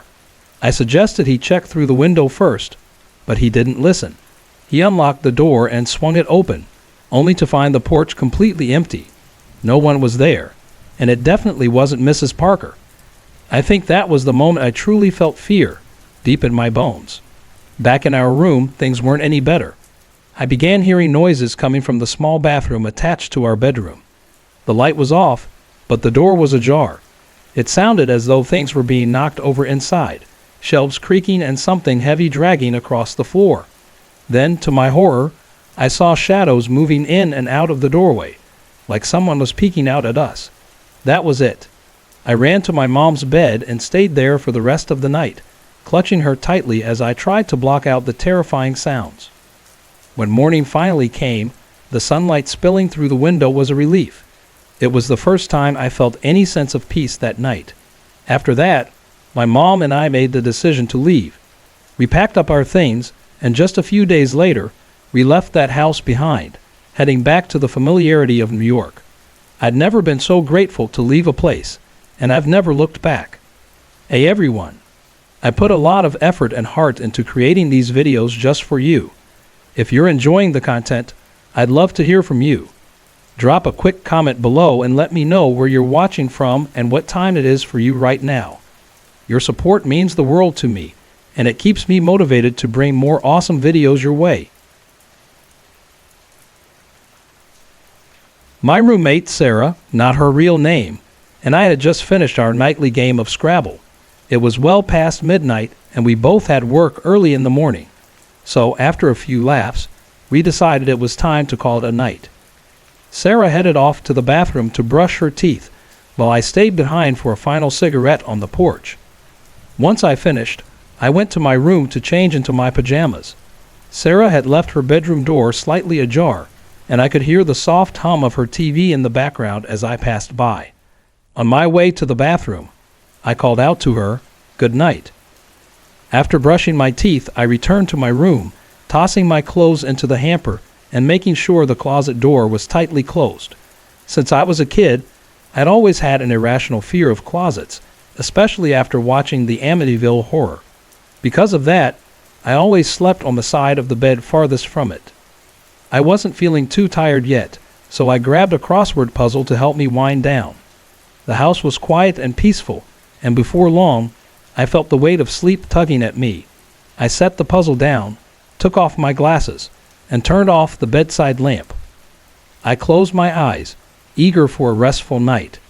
I fell asleep quickly but was jolted awake not long after. My eyes remained closed as I lay still, hoping to drift back off. That's when I felt it. A heavy pressure, like someone was lying on top of me. I couldn't move and panic crept in. Had someone gotten inside the house? Summoning what little courage I had, I opened my eyes, and just as quickly, the pressure disappeared. But then, I saw it. Standing beside my bed, right next to me, was a dark, shifting figure. My heart dropped into my stomach. Without thinking, I pulled the blanket over my head, hoping it would buy me some time to think. I had two options: crawl out of bed toward the closet, which terrified me, or push past whatever this dark mass was. Neither felt safe, but I knew I couldn't just lie there. I decided against the closet and threw the covers off, bracing myself. I bolted toward the shadow, fully expecting to run into it, but I didn't. Instead, I found myself standing by the window, disoriented. The dizziness almost made me leap out of it in confusion, but at the last second, I snapped back to reality. Shaking my head, I managed to turn and leave my room, stepping into the hallway. As I passed Sarah's room, I noticed the light was on, and her TV was still playing, but it was her face that froze me. She was sitting up in bed, her wide eyes locked on something unseen, her face drained of color, like she just witnessed something terrifying. I rushed in and asked, "What's wrong? What are you doing up?" Her answer sent a chill through me. She told me she'd woken up to the same black shadow in her room. Neither of us could believe what we were hearing. We spent the rest of the night wide awake, too terrified to sleep. Since then, I've felt that same heavy pressure a few more times.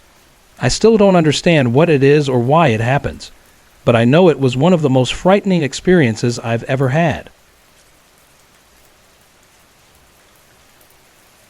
Let me start by saying that the house I grew up in is definitely haunted. For as long as I can remember, I'd experienced things that defy explanation. My family has had their share of strange encounters, but I'll stick to sharing my own experiences for now. When I was just a little kid, I remember asking my mom if I could dress like the girl upstairs. Even now, I'm not sure if it was a dream or something else, but it's one of the earliest memories I have. In my mind, this girl was like something straight out of a cartoon. She had a green dress covered in big red spots, and she was skipping up the stairs to my room. It's fuzzy and odd now, but it left a lasting impression. To this day, I can't shake the feeling that it was something more than just a childish fantasy. Another time, I tried to see if I could make contact with one of the spirits in the house.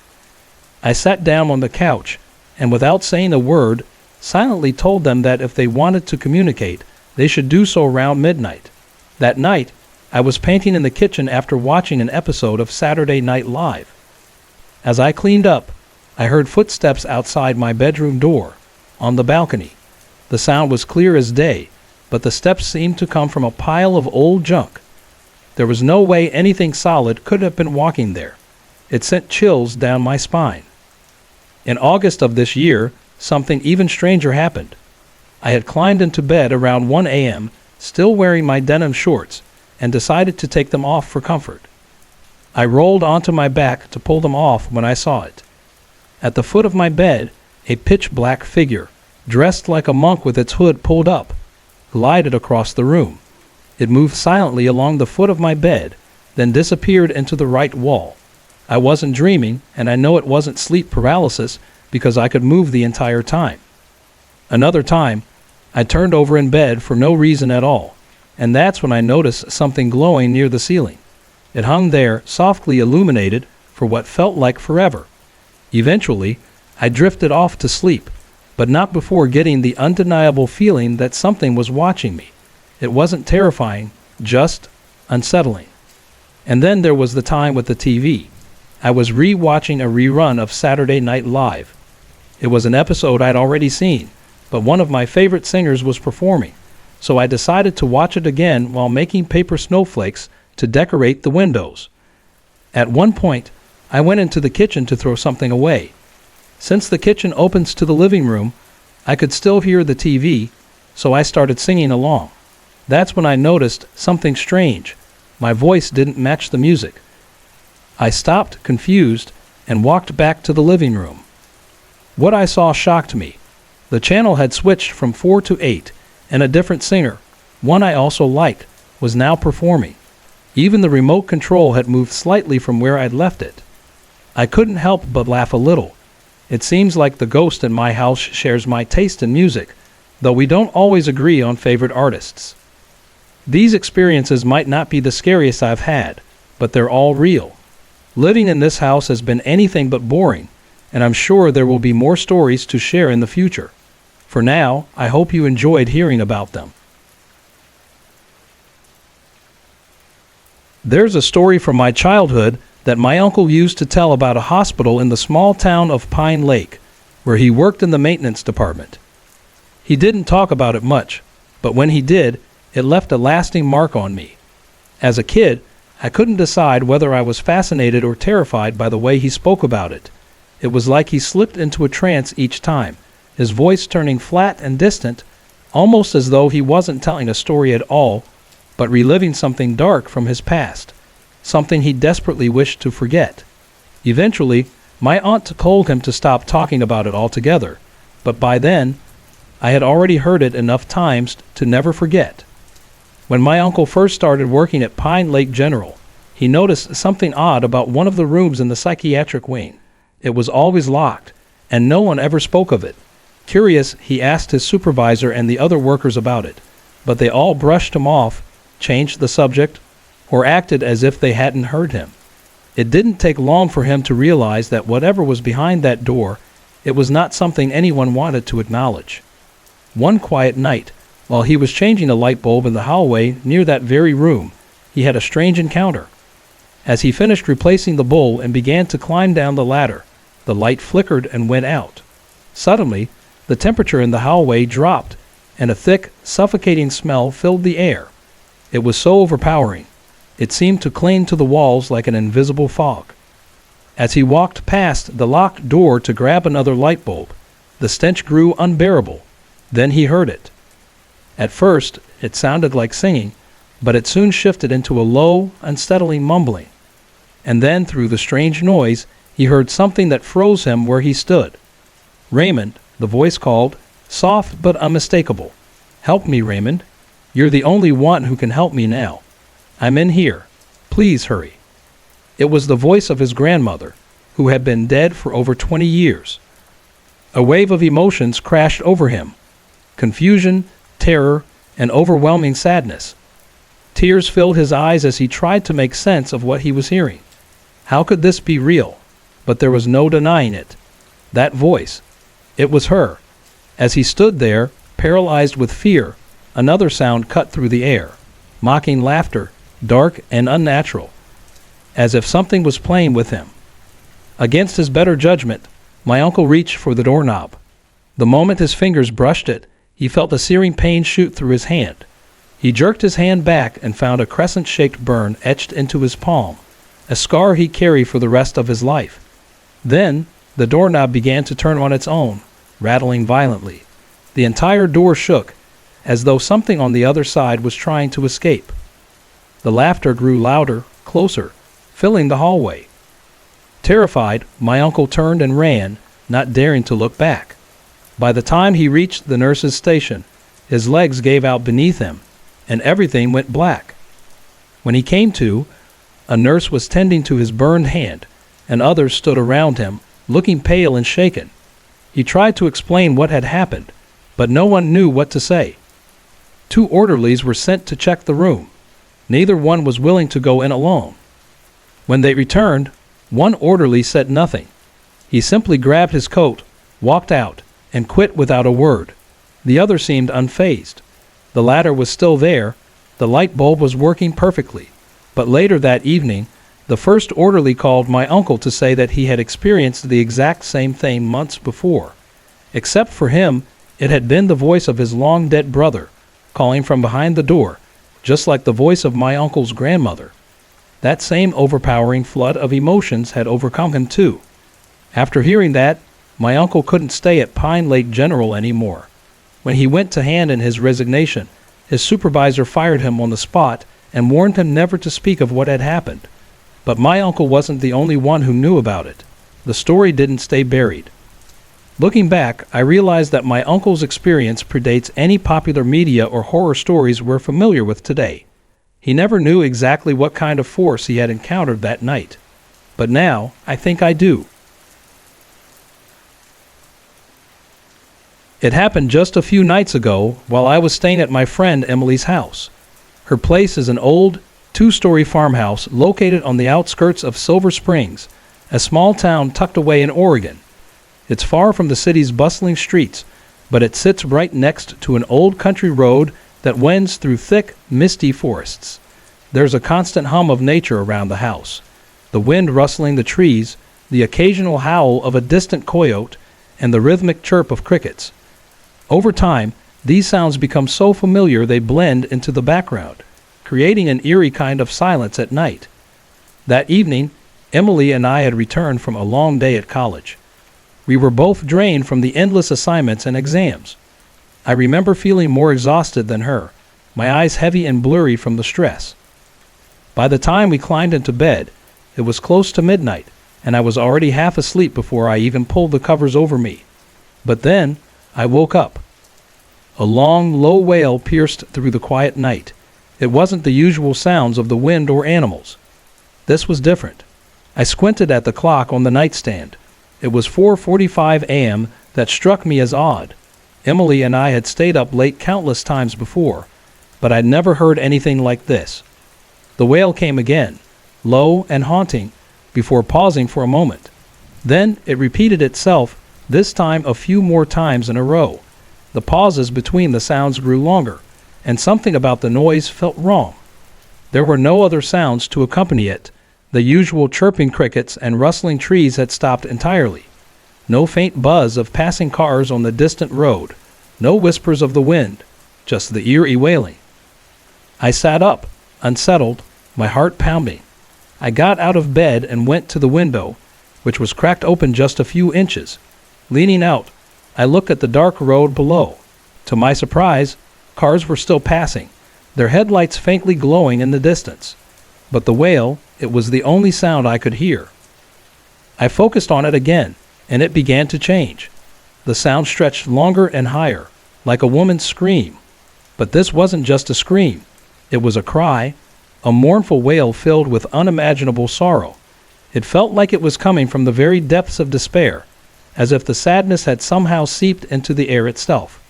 The longer I listened, the heavier my chest grew. It was like I could feel the grief it carried, like it was sinking into my very bones. Tears welled up in my eyes, and before I knew it, I was sobbing uncontrollably, my body shaking with the raw emotion of it. Frantic and overwhelmed, I stumbled back to the bed, curling under the covers, trying to block out the wail, but it still echoed in my mind.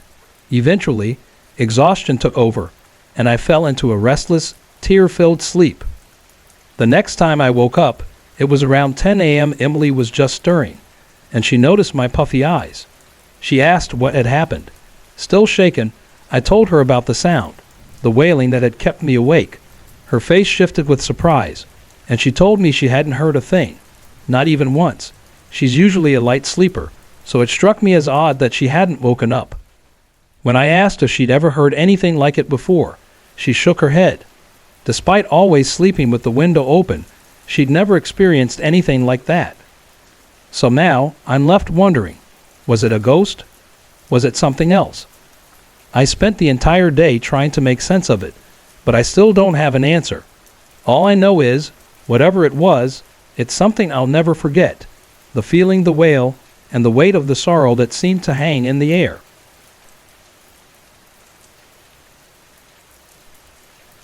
When I first stumbled upon this website, I was hooked. I spent countless hours reading the eerie stories posted here, eagerly awaiting each new update. Eventually, I decided to share my own tale. It may not be the most spine-chilling one, but I think it's worth telling. When I was 15, my family moved from a small town in Ohio to a place called Pine Lake, just a town over. The house we settled into wasn't huge, but it had a certain charm. It only had 4 bedrooms, which wasn't ideal for my parents, my older sister, younger brother, grandmother, and me. To make it work, my uncles converted the basement into a bedroom for me. They put up wood paneling, added a decent-sized closet, and made it as cozy as possible. There was only one thing that bothered me, the doors. Both the bedroom door and the closet door were those old folding types, split in the middle with hinges, so one side folded over the other when opened. They weren't solid doors. You could see light and movement through the slats, and they were incredibly creaky. At the time, I didn't think much of it, but I'd soon learned that this seemingly minor detail would come to matter more than I could have ever imagined. At first, the move felt like any other, but then I made a huge mistake. I decided to mess around with the Ouija board. I know it's a common horror story trope, but bear with me, this is just part of the bigger picture. After using the board for a while with no real results, strange things started happening at night.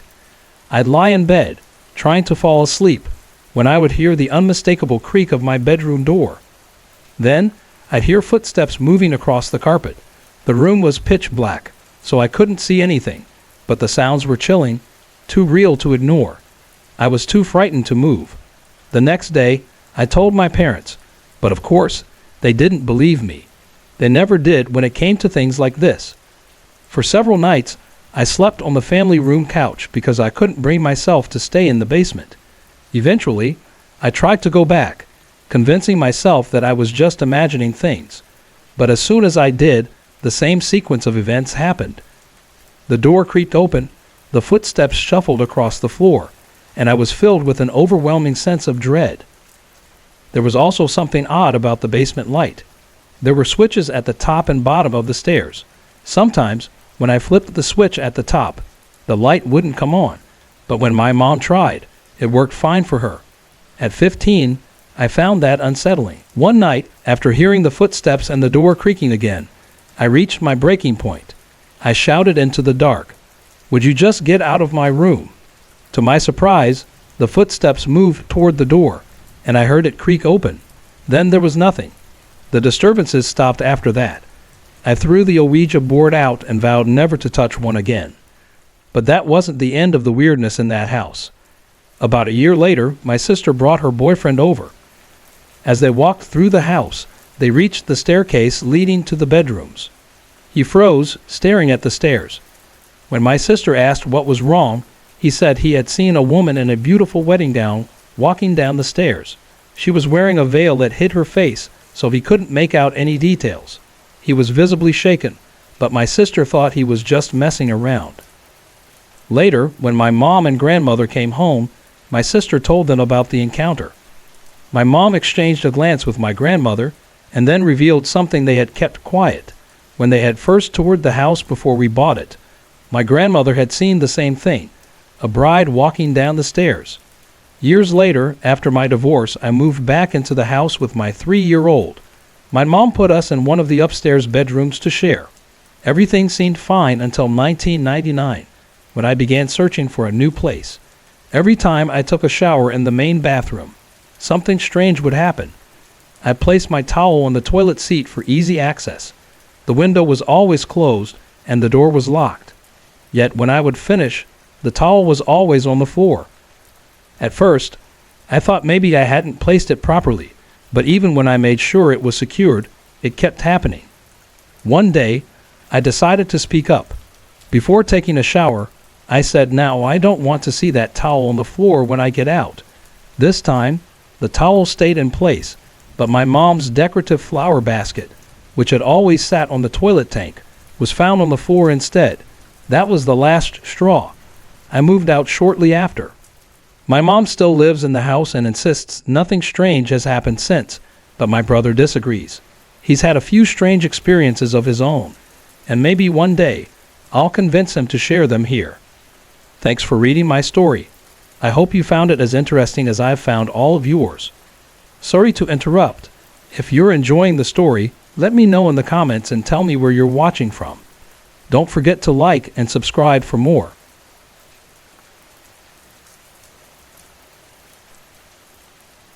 This story takes me back to 1992 during my first year at college. I was 18, and my boyfriend Daniel, who is now my husband, was 20 and attending the same university. Daniel was the student director of the theater department, and his office was tucked away upstairs, just behind the stage of the campus auditorium. This theater could seat about 300 people, and it was a place I often visited to spend time with him. One evening, as we were leaving his office and walking past the stage door, we noticed something strange. A small bird was perched right in the middle of a yellow spotlight on the stage.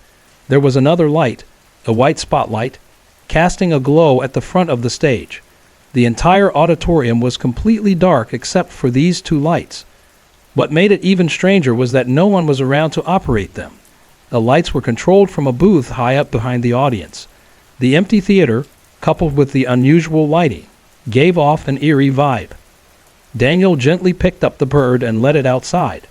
As we stood by the door saying our goodbyes, me heading to my art class and him back to his office, Daniel joked, "Wouldn't it be strange if that yellow spotlight turned off after I walked by again?" We laughed it off and went our separate ways. A couple of hours later, Daniel came running to find me after my class. His face was wide-eyed and his voice shaky as he told me what had happened. He said when he passed by the stage door again, the yellow spotlight was off. Intrigued, he decided to go back onto the stage to see if he could figure out what was going on. Standing there in the dim light, he spoke aloud, addressing any possible spirits or ghosts. And then, just as he was speaking, the yellow spotlight flickered back on, directly on him. He checked everywhere, even the lighting booth, but there wasn't a soul in sight. He mentioned me during his one-sided conversation, saying he wished I were there to experience it with him. To his surprise, a red spotlight suddenly came on, right next to the yellow one. Daniel thought it was odd at first, but then he smiled. He always associated the color red with me because of my red hair. He took it as a sign. When he said goodbye to the lights, they turned off again. He insisted I had to see it for myself. Curiosity got the better of me, so I made my way to the theater. Sure enough, as soon as I opened the stage door, the red spotlight was glowing, almost like it had been waiting for me. Summoning my courage, I stepped onto the stage and spoke into the quiet theater. When I mentioned Daniel's name, the yellow spotlight flickered on again. It was both thrilling and unnerving. I couldn't believe what I was seeing. It felt like the lights were responding to us, almost alive. For the rest of that semester, Daniel and I occasionally visited the darkened theater. Each time, the lights would come on when we entered and turn off when we left. It felt like some strange, playful connection between us and something unseen. Then one day, things escalated. The house lights were on because the janitor had just finished cleaning, leaving them on by accident.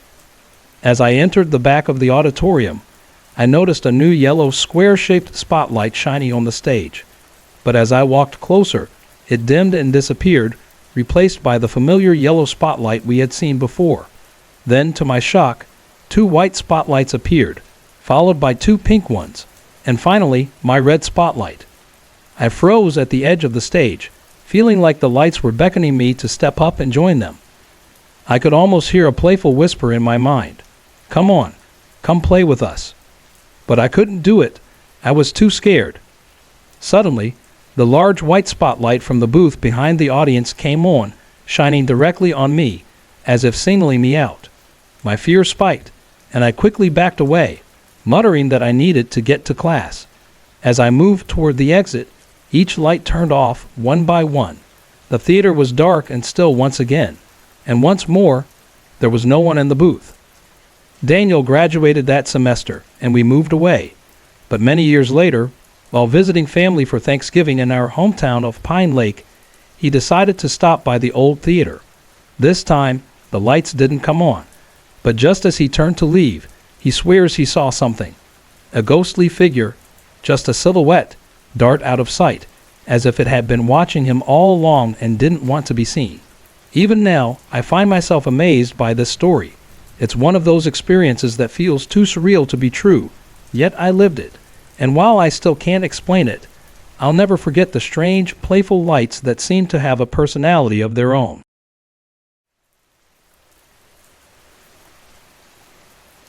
It was a chilly November afternoon in 1999, and I was living with my mom in a small town just outside of Silver Springs, Oregon. The neighborhood was quiet, with a few houses scattered around, but not isolated enough to feel remote. Behind our backyard was a farm. Nothing unusual, just peaceful acres of land stretching out to the horizon. My parents had lived in that house for about 3 years, and while it wasn't old or spooky, it always had an eerie stillness to it that I couldn't quite shake off. At the time, my life was consumed by my newborn son. He was barely a month old, and like any first-time mother, I was hyper-aware of every little noise or movement. He slept in a crib beside my bed in my room, tucked away at the far end of a long hallway. It felt like our little sanctuary, away from the world, safe and secure. Then, one morning, something happened that shook me to my core. I woke to the sound of footsteps echoing in the hallway. Slow, deliberate, almost hesitant, like someone was pacing just outside my door. The steps stopped right at my threshold, and for a long moment, all I could hear was my own heartbeat thudding in my chest.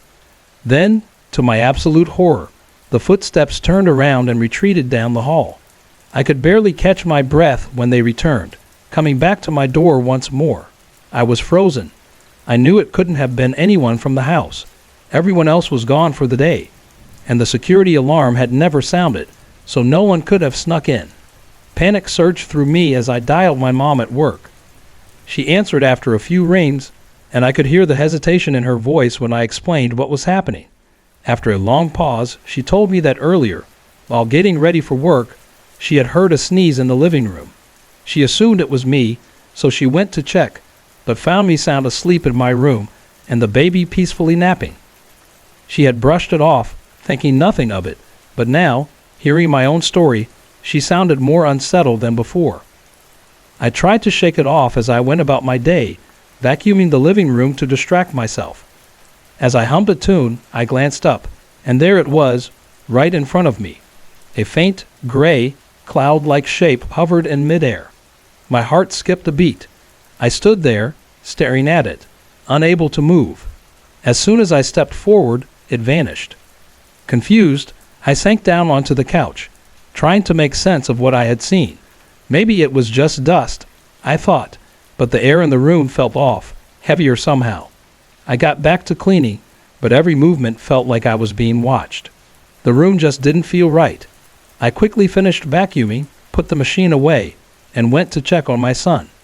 As I walked down the hallway, a strange sensation washed over me. The hairs on my neck and arms stood on end. I could feel my heart pounding in my chest as my pace quickened. Suddenly, I stepped into a patch of freezing cold air. The heater had been running, so there was no reason for it to be so cold. And then, I saw it again, the cloud, now vaguely shaped like a person, standing at the far end of the hall. I didn't even think. My voice escaped in a sharp whisper. "Leave me alone. I don't want you near me or my son. Please, stop scaring me." Just as the words left my mouth, I heard a faint voice, so soft it could have been a breath, whisper, "I'm sorry." It wasn't loud, just a quiet apology, but the chill that ran through me was enough to freeze my blood. I didn't wait around. I grabbed my son, his diaper bag, and bolted out the door. I didn't stop running until I reached my friend Sarah's house down the road. I stayed there, not daring to return until my mom came home.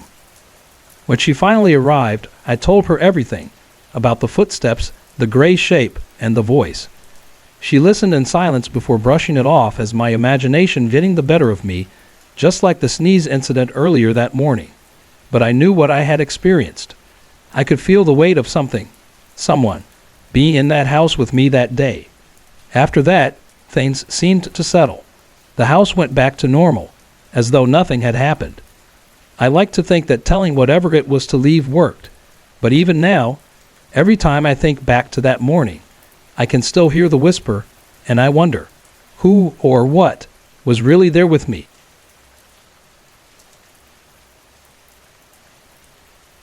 For 8 long years, I was told that having a child wasn't in the cards for my husband and me.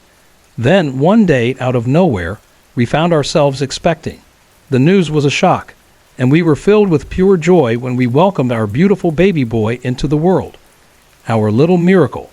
But as with all miracles, it seemed there were a few surprises waiting for us.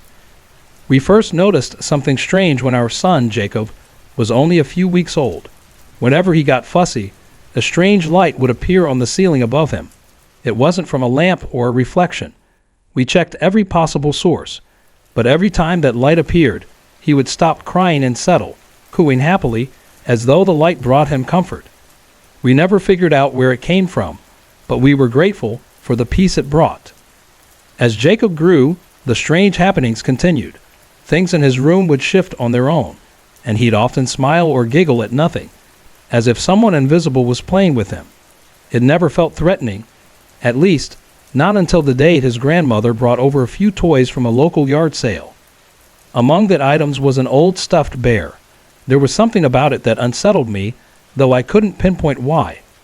I tried to ignore the feeling and placed it with his other stuffed animals. But that night, everything changed. Jacob woke up screaming, his cries piercing the quiet of the house. He was inconsolable, and that wasn't like him at all. I figured it was just teething, and after hours of rocking and soothing, I finally got him to sleep. The next night, it happened again. This time, Jacob refused to go back to his crib. He stood in his bed, crying and pointing at the bear as though something was wrong. I had had enough. I threw that bear straight into the trash and took it outside, hoping it would be the last of it. From that moment on, there were no more screams. The house felt calm again.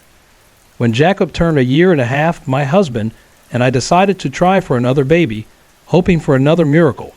Weeks went by with no luck, but then strange things began to happen once more. Jacob's battery-operated toys, which had been turned off, suddenly sprang to life in the middle of the night. Songs played, voices counted numbers, and lights blinked on and off. It wasn't scary, just odd. Then, as quickly as it started, the toys fell silent. Not long after, I found out I was pregnant again.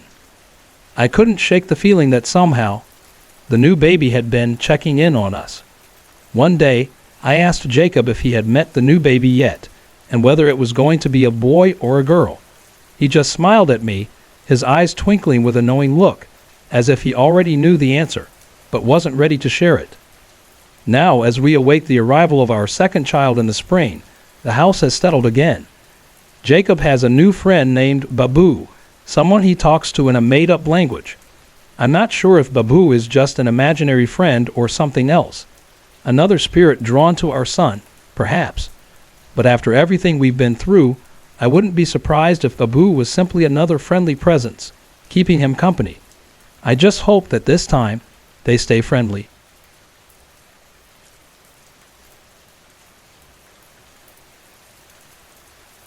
It was a Friday night, and I was staying over at my friend Emily's house, not her real name. We decided to watch a horror movie, and after some back and forth, we landed on Scream, which we heard from friends was one of the scariest movies around. When we got back to her house, we changed into our pajamas, grabbed some snacks, and made our way into the living room. Emily's family had a big flat-screen TV and a sound system that could rattle the walls, so with the lights turned off, we were already setting the perfect eerie vibe for a scary movie.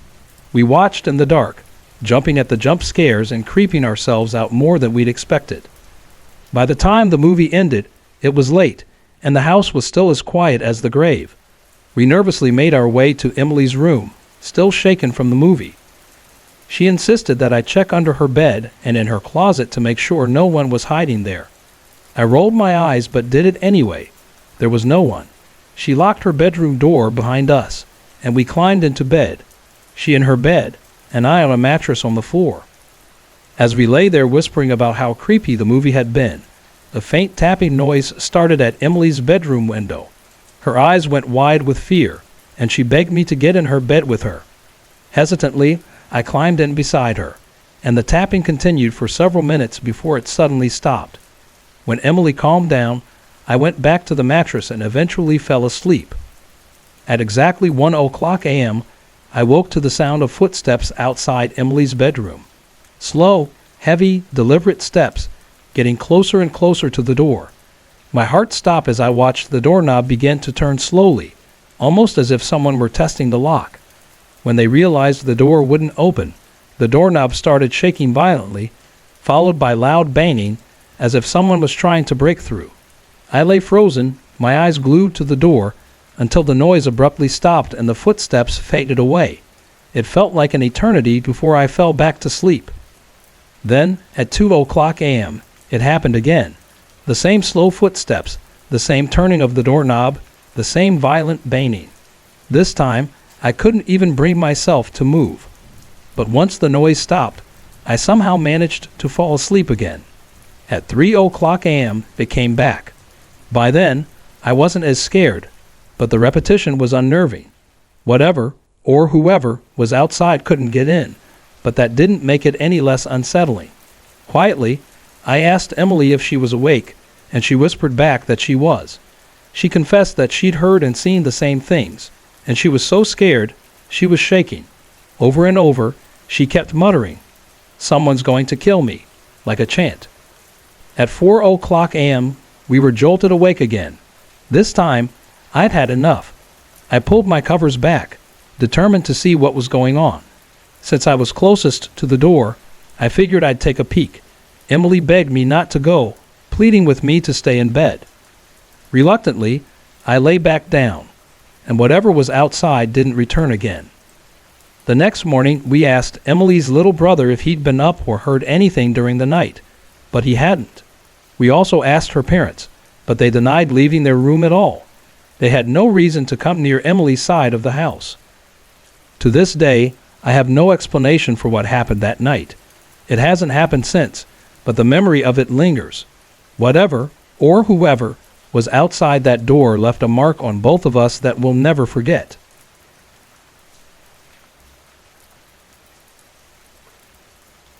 This story happened to my Aunt Beverly and my cousins Kim and Mark. It's a mystery that has puzzled our family for years, and I've been hoping that someone might have some insight into what could have really happened that night. One evening, Aunt Beverly and her daughter Kim were driving home after spending the day with my grandmother. They lived about 40 miles away, and their route took them through a quiet town in rural Kentucky. Around halfway through their drive, they passed an old cemetery that stretched along the road for nearly 2 miles. It was dusk, that time of day when the sky feels like it's caught between two worlds. Kim was driving, with Aunt Beverly in the passenger seat. As they passed the cemetery, Aunt Beverly noticed something strange, a glowing light hovering in the middle of the graveyard. She pointed it out to Kim, but at first, they didn't think much of it. As they continued driving, the light suddenly shot toward their car. Kim slammed on the brakes, startled. She thought it might be a motorcycle or someone carrying a flashlight, and she didn't want to hit them. But when the car came to a stop, the light stopped too, hovering just outside the passenger side window. They both froze, staring at it in fear. The light, a little smaller than a basketball, glowed steadily like a flashlight. Kim, shaking now, tried to drive away, but the light kept pace with the car. If she sped up, it sped up. If she slowed down, it slowed down.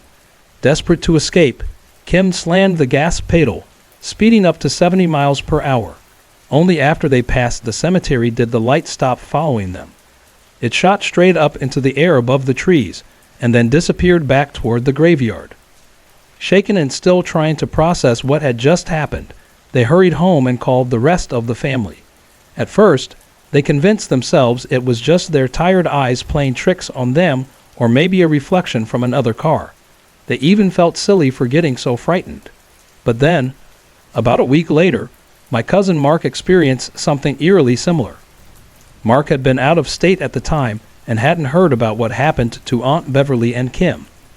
He was driving home in broad daylight when, as he passed the same cemetery, a glowing ball of light appeared beside his truck. Now, Mark wasn't the type to get scared easily. He stopped his truck, stepped out, and walked to the side where the light hovered. He scanned the cemetery, trying to figure out where the light could be coming from. That's when things got even stranger. 2 more lights shot out from the graveyard and began circling around him. The original light started making a strange, humming or mumbling noise, and the other 2 lights darted up into the air, high above the trees, before returning to the cemetery. Mark, now starting to feel uneasy, slowly backed up to his truck, climbed inside, and started the engine. The original light hovered outside his window for a moment before he drove away. As before, the light followed him until he reached the edge of the cemetery, then shot back into the graveyard. When Mark got home, he immediately told Aunt Beverly about what he had experienced. She was stunned. It was almost identical to what she and Kim had gone through the week before. Mark had no way of knowing their story. They later asked people in the area if anyone else had seen anything like this, but no one took them seriously. Some even acted like they were crazy for asking. Since then, the story has stayed mostly within our family. Aunt Beverly refuses to drive past that cemetery anymore and has convinced her family to take a different route. I don't know what those lights were. My aunt is not someone who would make up a story like this, and the fact that my cousin Mark, who hadn't heard her account, experienced the same thing makes it even more baffling. Could it have been a natural phenomenon, or something else entirely? If anyone out there has any insight, we'd love to hear it. Emily and I have been inseparable since high school, and one of our favorite escapes from the hectic world is heading to her family's old cabin deep in the Appalachian foothills. It's the perfect place to disconnect from everything, especially when life feels overwhelming. No Wi-Fi, no modern distractions, just the peaceful sounds of nature, a crackling fire, and the fresh mountain air. 2 summers ago, we decided to take a weekend trip to the cabin, eager for a break from work and school. Emily brought along her German Shepherd, Max, to keep us company. The first day went perfectly. We hiked along the river and spent the evening fixing up the cabin. By the time the clock struck 11:30 p.m., we were exhausted and ready for sleep. The cabin is a quaint, rustic place with an old, creaky staircase that leads up to a small loft where the bedrooms are. There are just 2 rooms, each with a full-size bed. We always sleep upstairs together, close enough to hear each other but far enough to feel like we got our own space. Max, however, couldn't make it up the stairs, so he stayed downstairs, lying by the front door. After a bit of whining, he finally settled down. Once we were tucked in, I drifted off to sleep almost immediately. Sometime in the middle of the night, I woke up with an unsettling feeling. There was something close to me, right next to my bed. My hand instinctively reached down, and I felt soft, damp fur brushing against my fingers. Still half asleep, I assumed it was Max, and I gave him a quick pat before falling back into a light sleep. The next morning, as we came downstairs, we found Max lying by the door, wagging his tail. He hadn't moved all night. Emily pointed out that there was no way he could have climbed the stairs without us hearing, especially since the steps creaked loudly under weight. I could see she was right, but the feeling of fur still haunted me. I couldn't shake the eerie sensation of what I'd touched. That night, we tried to dismiss it as nothing more than a sleep-induced mistake. But as we settled into bed again, something strange caught my eye, a flicker of light in the room. It wasn't the soft glow of a flashlight or a fire flea. It was much brighter. After a few seconds, the flickering became more pronounced, almost rhythmic. I turned to Emily, my voice barely a whisper. "Did you see that?" "Yeah," she replied, her voice tight. "What is that?" We soon realized the light was coming from a vent in the floor, right between our beds. It pulsed, flickering brightly and then fading away, only to flash again moments later. My heart raced. Emily, her face pale, told me to turn on the lamp, but the lamp was right next to the vent. I hesitated, the fear creeping up my spine, before finally reaching over and flipping the switch. The light filled the room, but there was nothing unusual in sight. Just the same old wooden walls, the same dust-covered furniture. But the unease didn't leave us. Without another word, we grabbed what we could and dashed down the stairs, nearly tripping over our feet. We didn't even stop to grab the car keys before running outside into the cool night air. We stood by the car, catching our breath, only then realizing the keys were still inside. I pulled out my phone and called the local sheriff. In a town this small, it would take a while for someone to arrive, so we waited, shivering in the darkness. When the sheriff finally arrived, we walked through the cabin together, inspecting every room. He couldn't find anything out of the ordinary. The floor vent was still where it had been, and there was no sign of any electrical malfunction. The house was exactly as we had left it, but the sense of fear was still there, heavy in the air. We packed up in a hurry, too scared to stay another minute, and drove 3 hours back to our apartment, adrenaline keeping us wide awake the entire way.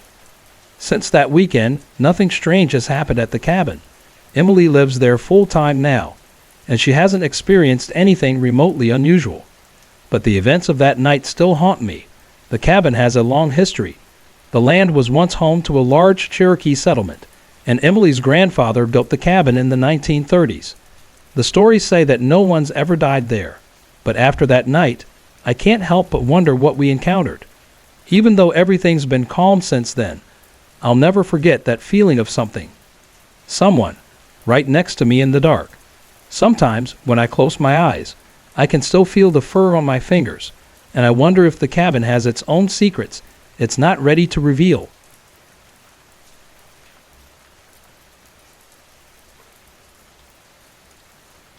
We needed a change.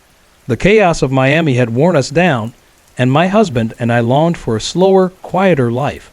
So we decided to pack up and move to a small town in Central Florida, hoping for a fresh start. My husband is great with his hands, so we thought buying an old house to fix up would be a rewarding challenge. The house we chose was built in 1927 by the grandson of a Civil War veteran, a relic of the past sitting quietly in the woods. My husband went to see it in November of 1994, but I couldn't get time off work, so I had to trust his judgment. Without hesitation, he placed a bid. 2 weeks later, when I finally saw it, I was taken aback. The house was in horrible condition, neglected for years, needing far more than just a little TLC. But by then, it was too late to back out. The bid was accepted, and my husband reassured me he could handle the renovations. During my first visit, I met the teenage sons of the previous owner. One of them casually mentioned they'd lived in the house for 5 years, but had to sell it after their father recently committed suicide. Hesitantly, I asked if it had happened inside the house. His answer was a simple yes. By March, we had moved in, ready to begin our new life. With my 2 young grandchildren in tow, I had to live in the house as it was while we renovated room by room. My husband couldn't transfer his job right away, so for 6 months, I spent most of my days alone. He'd drive up every Friday evening, work on the house all weekend, and return to Miami Sunday night. The house sat on an acre of land, surrounded by thick woods and orange groves. It was isolated with only one neighbor far down the road.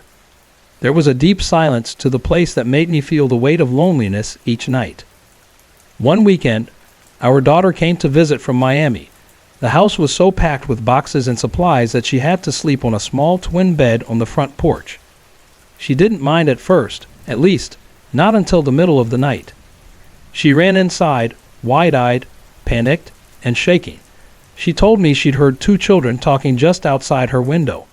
Then, as the train passed by in the distance, she swore she heard them say, "Look, Grandma. Look, Grandpa. There's the train." I tried to calm her down, assuring her it was nothing, but she refused to go back to the porch and slept on the couch with me for the rest of her visit.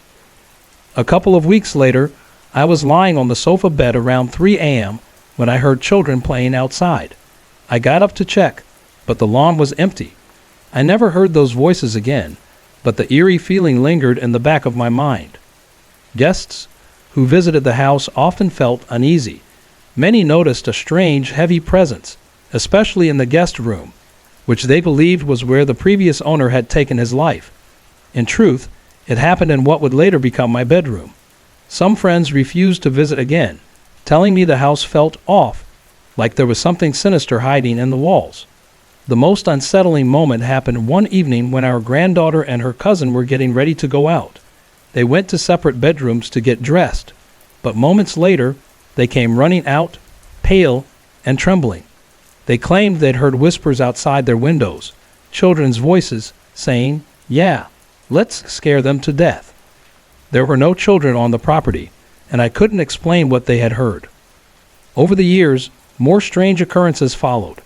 One time, my son was visiting, and while he was talking, he froze mid-sentence and said he had just seen my sleeping granddaughter walk across the room and out onto the porch. When we checked, she was still sound asleep in bed. Another time, I heard the back door creak open and heavy footsteps cross the old wooden floor. Thinking it was my husband coming home early, I got up to check, but the house was empty. My daughter later told me she'd had the same experience while babysitting the kids one night. For 3 years we lived in that house. I never felt truly afraid, but there were nights when I felt like I wasn't alone. The footsteps on the front porch, the creaks on the old floorboards, they became a routine. Even the previous owner had heard them, according to the neighbors. We sold the house a year ago and didn't mention any of these experiences to the new owners. There was no tangible proof of anything after all. I do miss that house sometimes, the history, the character. But I can't say I miss the strange occurrences. Life in our new home is peaceful, and for that, I'm thankful. I attended an old, prestigious school in the small town of Maple Ridge, Pennsylvania, known for its long history and traditions. The school building, nearly 100 years old, had a distinctive towering bell tower that loomed above the rest of the structure, resembling a Gothic church spire. I studied there for 4 years before we moved to a newer building nearby, but the memories of the old place and its haunting mysteries still linger. The bell tower was strictly off limits to students during my time, though no one ever explained why. Despite the lack of answers, we all felt a strange sense of dread around it. Sometimes, the tower's windows would be mysteriously ajar, even though the school maintenance staff swore only the local clergy held the keys to access it. We didn't question it too much. Instead, we all accepted the eerie presence that seemed to follow the tower. It wasn't until 5 years after we had moved out of the old building that I learned the chilling truth about its dark past. Back in the 1950s, the school's traditional bell was housed in the tower, not in the lobby as it is now. Every morning, the head prefect had the honor of ringing the bell to signal the beginning of the school day. It was a cherished tradition, until one day, everything changed. On that fateful morning, the head prefect climbed the narrow spiral staircase to ring the bell as usual. But this time, the bell didn't stop ringing. It continued to toll for what seemed like an eternity, 2 long minutes, before the school principal, irritated by the relentless sound, decided to investigate. Accompanied by a janitor, he climbed the stairs and reached the tower, only to find the door locked. They had to break it down, and what they found inside was nothing short of horrifying. The head prefect was dead. The thick rope used to ring the bell was twisted tightly around his neck, pulling his head back in a grotesque angle. His eyes were wide open, his mouth frozen in a silent scream. Even more disturbing, the bell was still ringing, as if it were alive, tolling without any human hand to guide it. The gruesome scene sent shivers through everyone who witnessed it. After that day, the bell, already 135 years old at the time, was removed from the tower and placed in the lobby, where it could be rung without the risk of another tragedy. But the real mystery remained. How did the rope wind itself so tightly around the boy's neck? Why hadn't he called for help? And how was the tower door, which only the principal had the key for, locked? No one has ever been able to explain what truly happened that day. Over the years, some of my older classmates claimed to have seen the ghost of the head prefect standing at the tower window on certain days, staring out as though waiting for something. Whether these sightings were real or just the result of overactive imaginations, I can't say for sure, but the tower's presence, its unsettling aura, is undeniable. If you ever find yourself near Maple Ridge, take a detour to Oakwood Hill or along Old Church Road to see the old building. You'll feel it the moment you spot the tower, that uncanny, inexplicable sensation. It's hard to put into words, but you'll know exactly what I mean. Even the newer building next to the hill seems to carry its own dark history. During its construction, a worker from a nearby town tragically fell to his death. Some people say the area is cursed, while others believe that the ghosts of the past simply refuse to stay buried. Whatever the truth may be, the mystery of the tower continues to cast a long shadow over the history of our school, leaving behind more questions than answers. Hey everyone, I put a lot of effort and heart into creating these videos just for you. If you're enjoying the content, I'd love to hear from you. Drop a quick comment below and let me know where you're watching from and what time it is for you right now. Your support means the world to me, and it keeps me motivated to bring more awesome videos your way.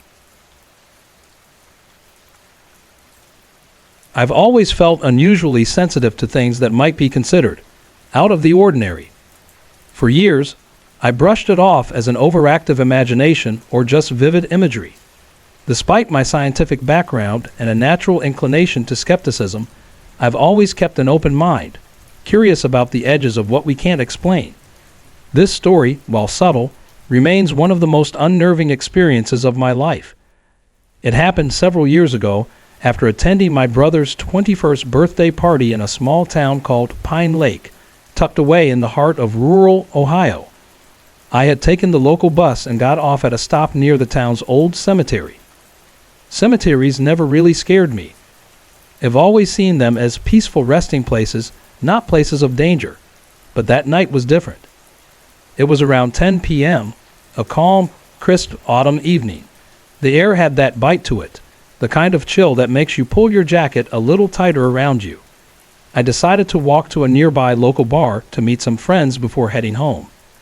My pace quickened as I passed the cemetery, eager to catch up with them.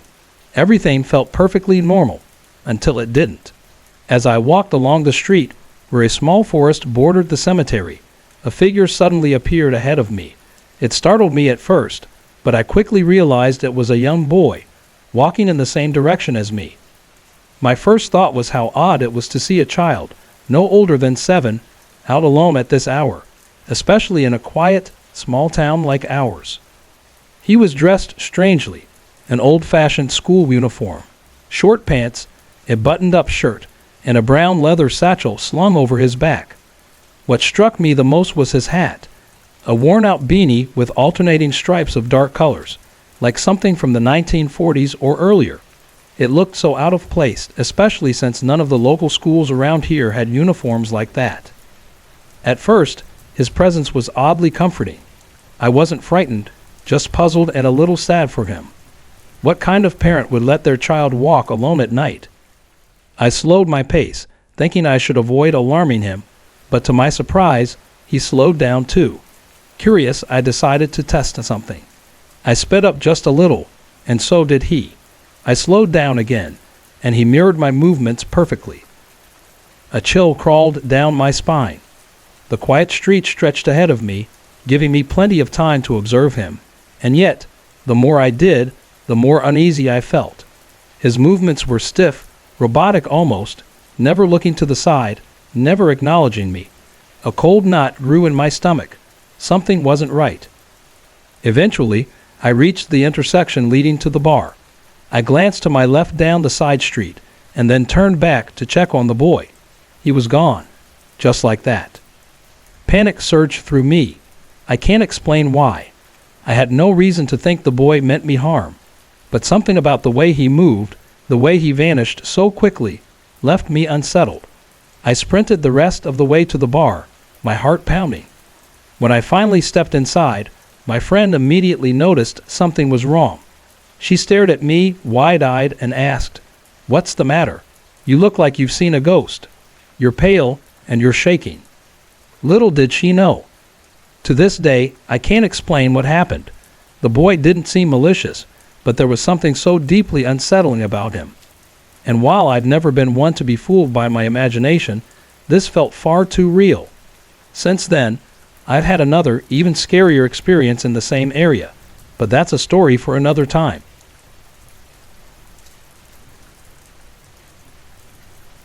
This happened about 5 years ago, and it's something I'll never forget. I've always believed in ghosts, though I never thought anything would happen to me. At least, not until that night. My mom, though, has always had this uncanny ability to see things others couldn't. For years, I thought I didn't share her gift. But that night, I learned I was wrong. While I was away at college in Pine Lake, one of our family dogs, Max, got very sick. Max wasn't just a dog to me. He was my best friend. We practically grew up together. He always slept at the foot of my bed, and his presence was just comforting. When he fell ill, my parents did everything they could, but nothing helped. His pain became too much, and they made the difficult decision to put him to sleep. I never had the chance to say goodbye, and it broke my heart. Not long after I graduated and was staying with my parents, I came home for a visit.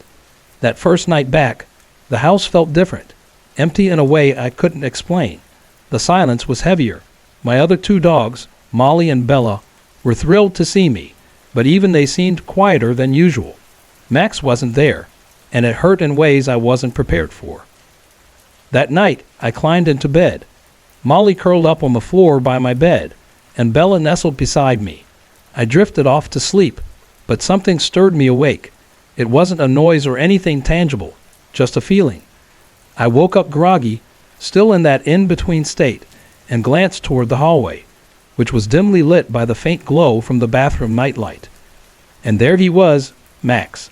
He was sitting quietly in the hallway, just like he used to. I blinked, thinking my tired eyes were playing tricks on me.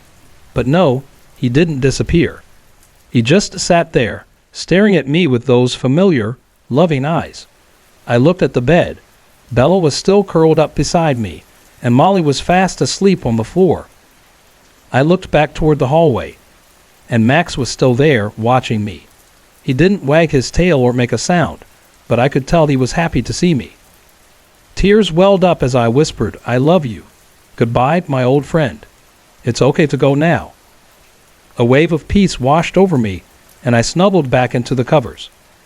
A few moments later, I glanced back toward the hallway. Max was gone. I believe every creature needs to say goodbye, and I'm grateful Max came back to let me know he was okay, and that he still loved me. My mom, on the other hand, has had her own experiences with the paranormal. She was born with what's called a veil, a thin layer of skin that covered her face attached near her ears. The doctor cut it off when she was a baby, but for years she had no idea what it meant.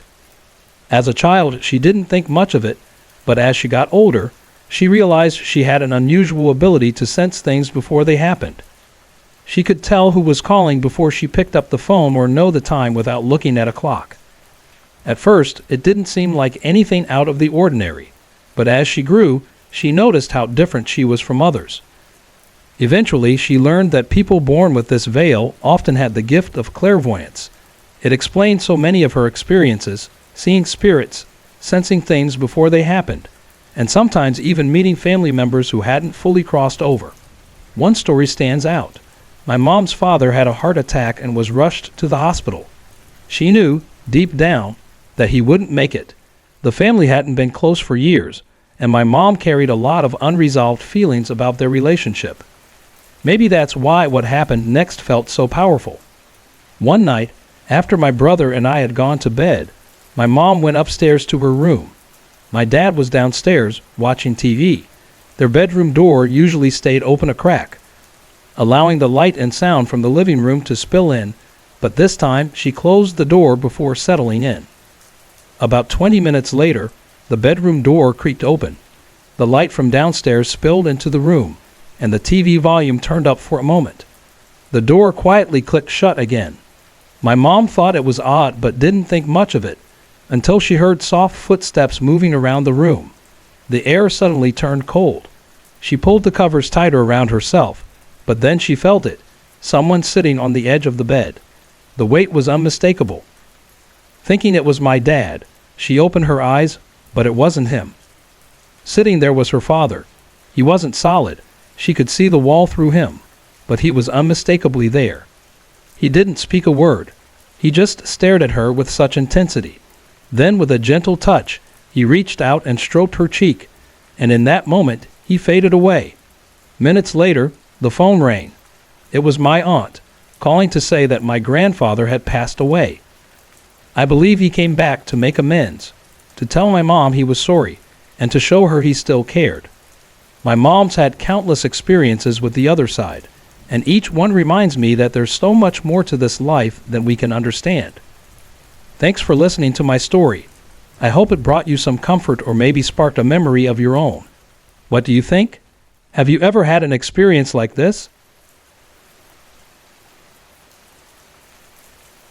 Weird things have been happening to me ever since I was about 13 years old. I'm not sure if it's all connected, but they've been unsettling. And not just for me. Some of my closest friends have seen things too. It all started in the house I still live in, a 2-story colonial home built in the early 1990s, nestled in a small town called Pine Lake. I was around 13 at the time, and my younger sister, Emily, was 11. One afternoon, she was in my room, sitting on my bed, listening to my CD player and taping songs she liked. I was by the mirror near the door, getting ready to meet my friend Sarah, who was coming over to hang out. The music was loud, and I was singing along when something suddenly grabbed my hip. The grip felt warm, almost too warm, but firm, and it startled me so much I spun around, shouting at Emily. But she was still sitting on the bed, looking confused. I thought it must have been Sarah sneaking in to scare me, so I turned to the door, expecting her to be laughing there. But no one was in the room except us. Emily looked scared and said she hadn't seen or done anything. That was the first time I experienced something unexplainable. Not long after, something else happened. Sarah was over one Friday evening, and we were getting ready to go out. I was lying on my bed, already dressed, while Sarah was sitting at my vanity, doing her makeup. The mirror she was using didn't face the door directly, but from where she sat, she could see anyone coming into the room.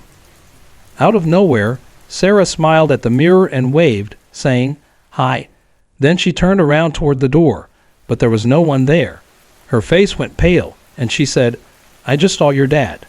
but my parents weren't home and my sister was out at a friend's house. I told Sarah it couldn't have been my dad. Sarah's face went white. Now that I think about it, he didn't really look like your dad. He was older, paler, but he smiled at me. Her description sent shivers down my spine. She described my grandfather perfectly, the same grandfather who passed away long before I was born. Sarah had no way of knowing what he looked like. We were so scared that we searched the entire house, but no one was there. I've also seen a woman in my room. She always appears in the same spot, in the corner above the door. I can't remember exactly when she started showing up, but I know it's been happening for a couple of years now. I've seen her at least a dozen times. She's beautiful, even though I can't make out her face clearly. She has fair hair, and she always wears a bonnet tied under her chin, with a brooch pinned beneath it. The strange part is I can only see her head and neck, never her full body. She doesn't scare me, but sometimes I can feel her presence even when I don't look at her. It's like she's waiting for me to notice her, but when I do, I feel the need to look away. I don't know why. One night, my friend Jessica and her boyfriend Ben stayed the night. Ben told Jessica the next morning that he'd seen a woman in the room during the night. He was so frightened he hid under the covers and didn't dare move. When Jessica told me about it, I asked her what Ben said the woman looked like. His description matched the lady I'd been seeing. Ben refuses to come back to my house now. Another night, my friend Luke came over. My parents were out, and Emily was with her friends. After we watched a movie, Luke went out to the backyard for a cigarette while I stood at the door, talking to him. He was kicking a soccer ball around when he suddenly looked up at the window of the spare room and said, "Hey, look, there's your dad." I told him he was being silly. My parents weren't home. Luke kept staring at the window, insisting there was a man standing there. I was so scared I couldn't even look. The hairs on the back of my neck stood up, and I felt frozen. Luke decided to walk to the top of the yard to get a better look. When he turned around, he said, "He's gone." Luke refused to leave me alone in the house, so we waited in the living room until my parents got home. Still, I had to know if anyone was upstairs. I convinced Luke to come with me, and we turned on every light in the house as we went. My heart was pounding when I finally opened the door to the spare room. There was nothing there, no clothes, no shadows, nothing that could have explained what Luke saw. I still hate the spare room and refuse to sleep with its door open. It makes me feel uneasy, like I'm being watched. I've told my family and a few friends about these experiences, but I have no idea why these things are happening to me or who the apparitions might be. I've thought about seeing a medium, but I haven't made up my mind. For now, I can only wonder.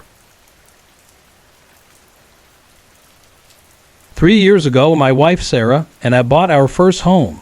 It's a cozy two-story house in a quiet town in the Midwest, built in the 1950s.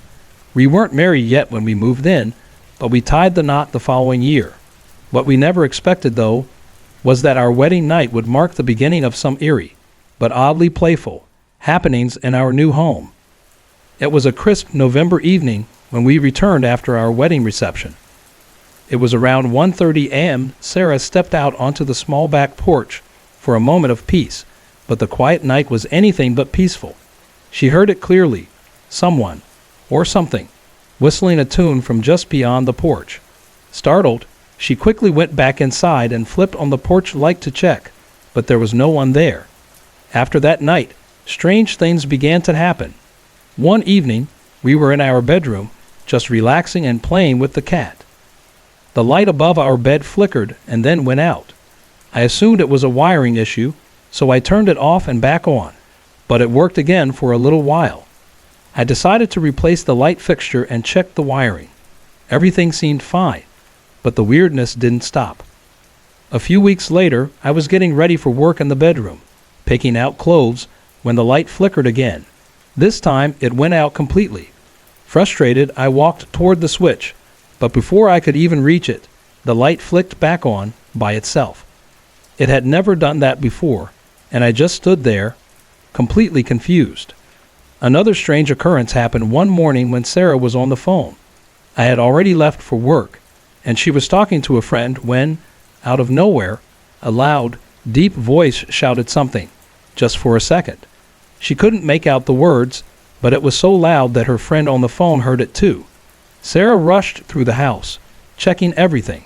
The TV, the stereo, even the police scanner I use for work. I'm a volunteer firefighter. Everything was off or turned down low, but there was no explanation for the voice. A few weeks later, I experienced something similar. It was late at night, and I was sitting at the computer, organizing some files. Sarah was in the next room painting, and I had some soft music playing. Suddenly, the sound of a loud voice blasted through the speakers, cutting through the music. The voice said, "The bell tolls 17." It was so sudden and chilling that I nearly jumped out of my chair.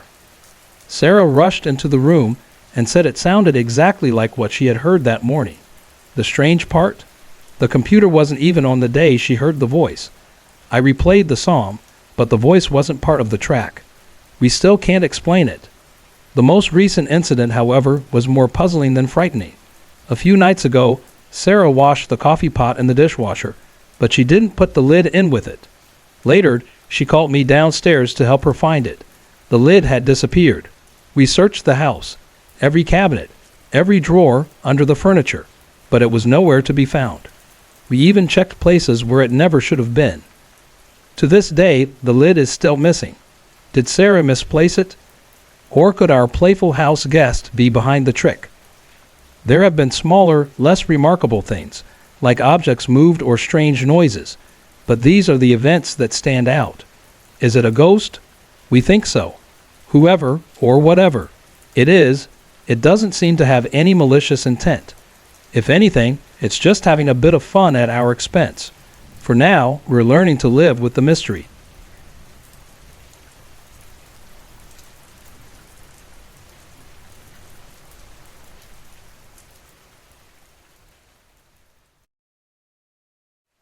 "3 years ago, my wife Sarah and I bought our first home.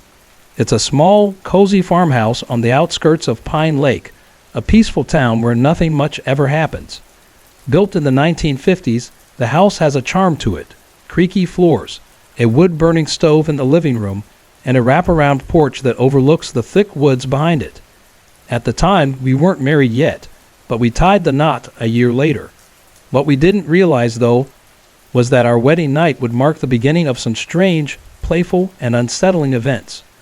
It was a chilly November night when we returned from the wedding reception, both of us tired but content. It was around 1:30 in the morning when Sarah stepped out onto the porch to enjoy the quiet of the night, the kind of silence you can only find in small towns. But it didn't last long. Out of nowhere, she heard it. A low, rhythmic whistling. It wasn't distant, but clear and distinct, like someone was standing right outside the porch, whistling an old tune. The sound was eerie, almost too perfect, like it had been waiting for the right moment. Startled, Sarah rushed inside, her heart racing, and flicked on the spotlight to check. But when the light swept over the yard, there was no one there. The whistling had stopped, leaving only an unsettling silence behind. That was just the beginning. In the weeks that followed, we began noticing odd things happening in our bedroom, especially with the light. Sometimes, while we were sitting in bed talking or playing with the cat, the light would just turn off, as if someone had flicked the switch. I figured it was a simple wiring issue. Maybe the bulb was loose, or the fixture was faulty. So I'd get up, flick the switch off and on, and the light would come back on. To be safe, I even replaced the fixture and checked the wiring in the ceiling, which looked almost brand new. But the strange behavior continued. One evening after work, I was picking out clothes when the light switched off again. Frustrated, I started toward the switch to turn it back on, but before I could even reach it, the light flickered back on by itself. I froze, standing there, unsure of what to think. Then one morning, something even stranger happened. Sarah was on the phone with her mother when, out of nowhere, she heard a loud voice. It was so brief, she couldn't make out what it said, but it was loud enough to startle her, and the person she was talking to. Sarah checked the house, looking for any source of the sound. She turned off the TV, the stereo, and even the police scanner I use for work, but everything was either off or turned down. There was no explanation for the voice. A few weeks later, I had a similar experience late one night while sitting at my desk. Sarah was in the next room, painting, and I was organizing some files on the computer. I had music playing softly in the background when suddenly an incredibly loud voice erupted through the speakers, completely drowning out the music. The voice was brief but clear, and it sent a chill down my spine. The bell tolls 17. I jumped out of my chair, nearly knocking it over. Sarah rushed in, her face pale. She said the voice sounded just like the one she had heard that morning on the phone. The strangest part was that, on the day she heard it, the computer hadn't even been turned on. I replayed the music, thinking it was a weird glitch, but there was no voice in the track. The most recent incident happened just a few nights ago. Sarah washed the coffee pot in the dishwasher, but she didn't put the lid in with it. Later, she called me downstairs to help her find it. We tore the house apart, checking every cabinet, drawer, and even the dishwasher again, but the lid was nowhere to be found. It was as though it had vanished. We checked the oddest places, behind furniture, in the back of closets, but it was gone. To this day, we haven't found it. Did Sarah put it somewhere without remembering? Or was it another trick played by whoever, lurks in this house? There have been smaller incidents too, objects shifting on their own or faint sounds that seem to come from nowhere. But these are the ones that stand out the most. Is it a ghost? We think so. Whoever, or whatever, this presence is, it doesn't seem harmful. If anything, it seems to enjoy playing harmless tricks on us. It's almost as if it wants us to know it's there, like an old, forgotten spirit who just wants to be noticed. For now, we're learning to live with the mystery, accepting that some things just can't be explained.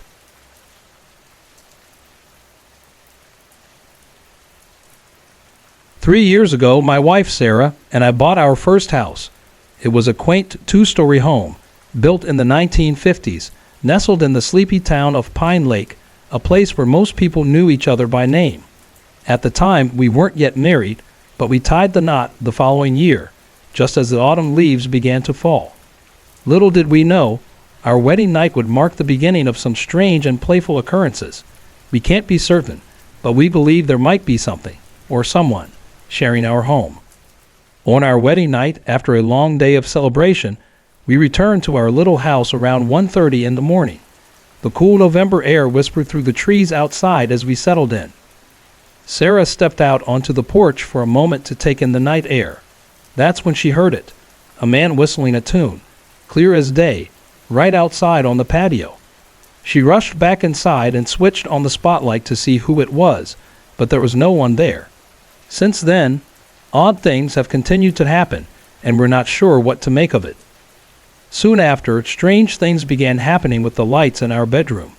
Sometimes, while we were sitting in bed, talking or playing with the cat, the light would flicker and suddenly turn off. I figured it was probably a wiring issue, so I'd get up, switch it off and on again, and it would work fine. I even replaced the fixture and checked the wiring, but the light kept turning off on its own. One evening after work, I was picking out clothes when the light suddenly shut off again. Frustrated, I walked toward the switch, but before I could reach it, the light flickered back on by itself. I stood there, stunned, unsure of what to think. Then, one morning, Sarah was on the phone when something strange happened. I had already left for work when, suddenly, she heard a loud voice. It was brief, too sudden to understand, but loud enough that the person on the other end of the line heard it too. Startled, Sarah searched the house, checking the TV, stereo, and even the police scanner I use for work. Everything was off or turned all the way down. She couldn't find any source for the noise. A few weeks later, I had a similar experience. It was late at night, and Sarah was in the next room painting while I sat at the computer organizing some files. I had some soft music playing on the speakers when, all of a sudden, an extremely loud voice blared through the speakers, completely drowning out the music. It was brief, but I clearly heard the words, "The bell tolls 17."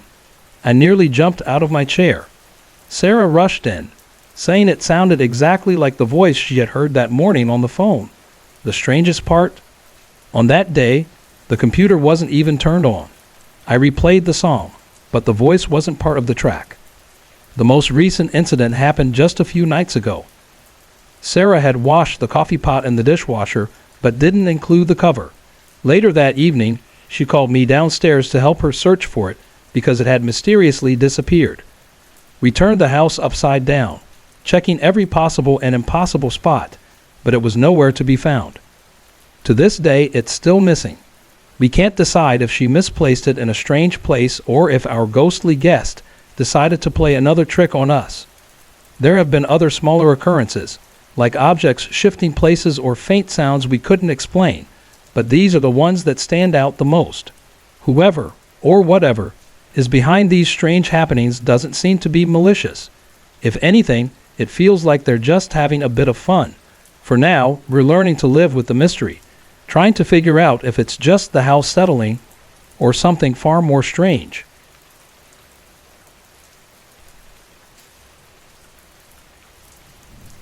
When my family moved into a brand new house in a small town called Pine Lake, I was 11 years old. That was 12 years ago, but I can still remember it like it was yesterday. From the very first moment we arrived, something about the house made me uneasy, though I couldn't put it into words. It wasn't anything I could see, but everything about it just felt wrong.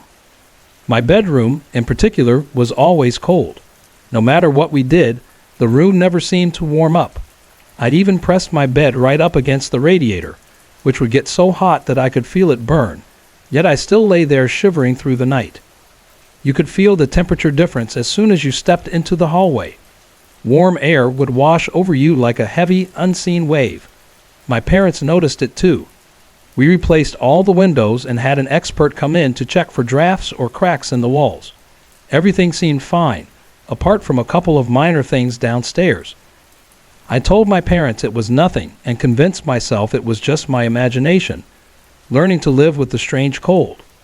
When I left for college at 18, my younger sister moved into my old room. She also complained about the cold but didn't think much of it. Over the years, I experienced other strange things in the house. A low growl coming from my grandparents' old bedroom when I was home alone, and strange, fleeting shadows that danced at the edge of my vision. But I tried to forget them. Life went on, and so did I. Then one weekend, I came home to visit. My 3-year-old cousin, Lily, was staying with us, and I agreed to babysit her and my sister while my parents went out for the evening. The kids went to bed around 6 p.m., and I let them watch a movie before they went to sleep. At around 9 p.m., my sister came downstairs, looking worried. She said something was wrong with Lily, and my heart skipped a beat. Thinking she'd hurt herself, I rushed upstairs. What I found made my stomach drop. Lily was sitting up in bed, her eyes wide with fear, crying and shaking uncontrollably. I quickly wrapped her up in a blanket and carried her downstairs, trying to comfort her. It took a while, but she eventually stopped sobbing. She wouldn't say what had happened, though. My sister explained that they turned off the video around 8:30 p.m. and were just lying in the dark, talking. She said she'd left the room to use the bathroom, and when she came back, Lily was in a state of pure terror. That night, I called my uncle, and he came to pick her up. I didn't hear anything more until 2 weeks later, when my mom mentioned something my aunt had told her. Lily had finally opened up about what happened that night. I know she was only 3, and people might say it was just her imagination, but I've never seen anyone look so terrified. According to my aunt, Lily had said she'd started feeling extremely sleepy, but suddenly became freezing cold, like ice, she said. She remembered my sister leaving the room. Then, a tall man dressed completely in black, wearing what Lily described as a top hat, walked through the wall. The man stood in the room for a moment, scanning the space, before disappearing into thin air. Lily said she closed her eyes after that, and when she opened them again, there was another man. This one was entirely golden. She wasn't sure if he was made of gold or surrounded by a glowing golden light, but she said he smiled at her, though there was something strange about his smile. He had no face. Then the man in black returned, and Lily said the golden man seemed frightened, almost as if he were trying to escape. Both figures vanished just before my sister came back into the room. That was the last I heard about it. Since then, Lily refuses to step foot in our house, not even to visit. The bedroom where it all happened remains the coldest room in the house, even now. No matter how much we try to fix it, the chill never quite goes away. I still can't explain what's been going on in that room. It's unsettling to think about, but maybe, just maybe, some things are meant to stay a mystery.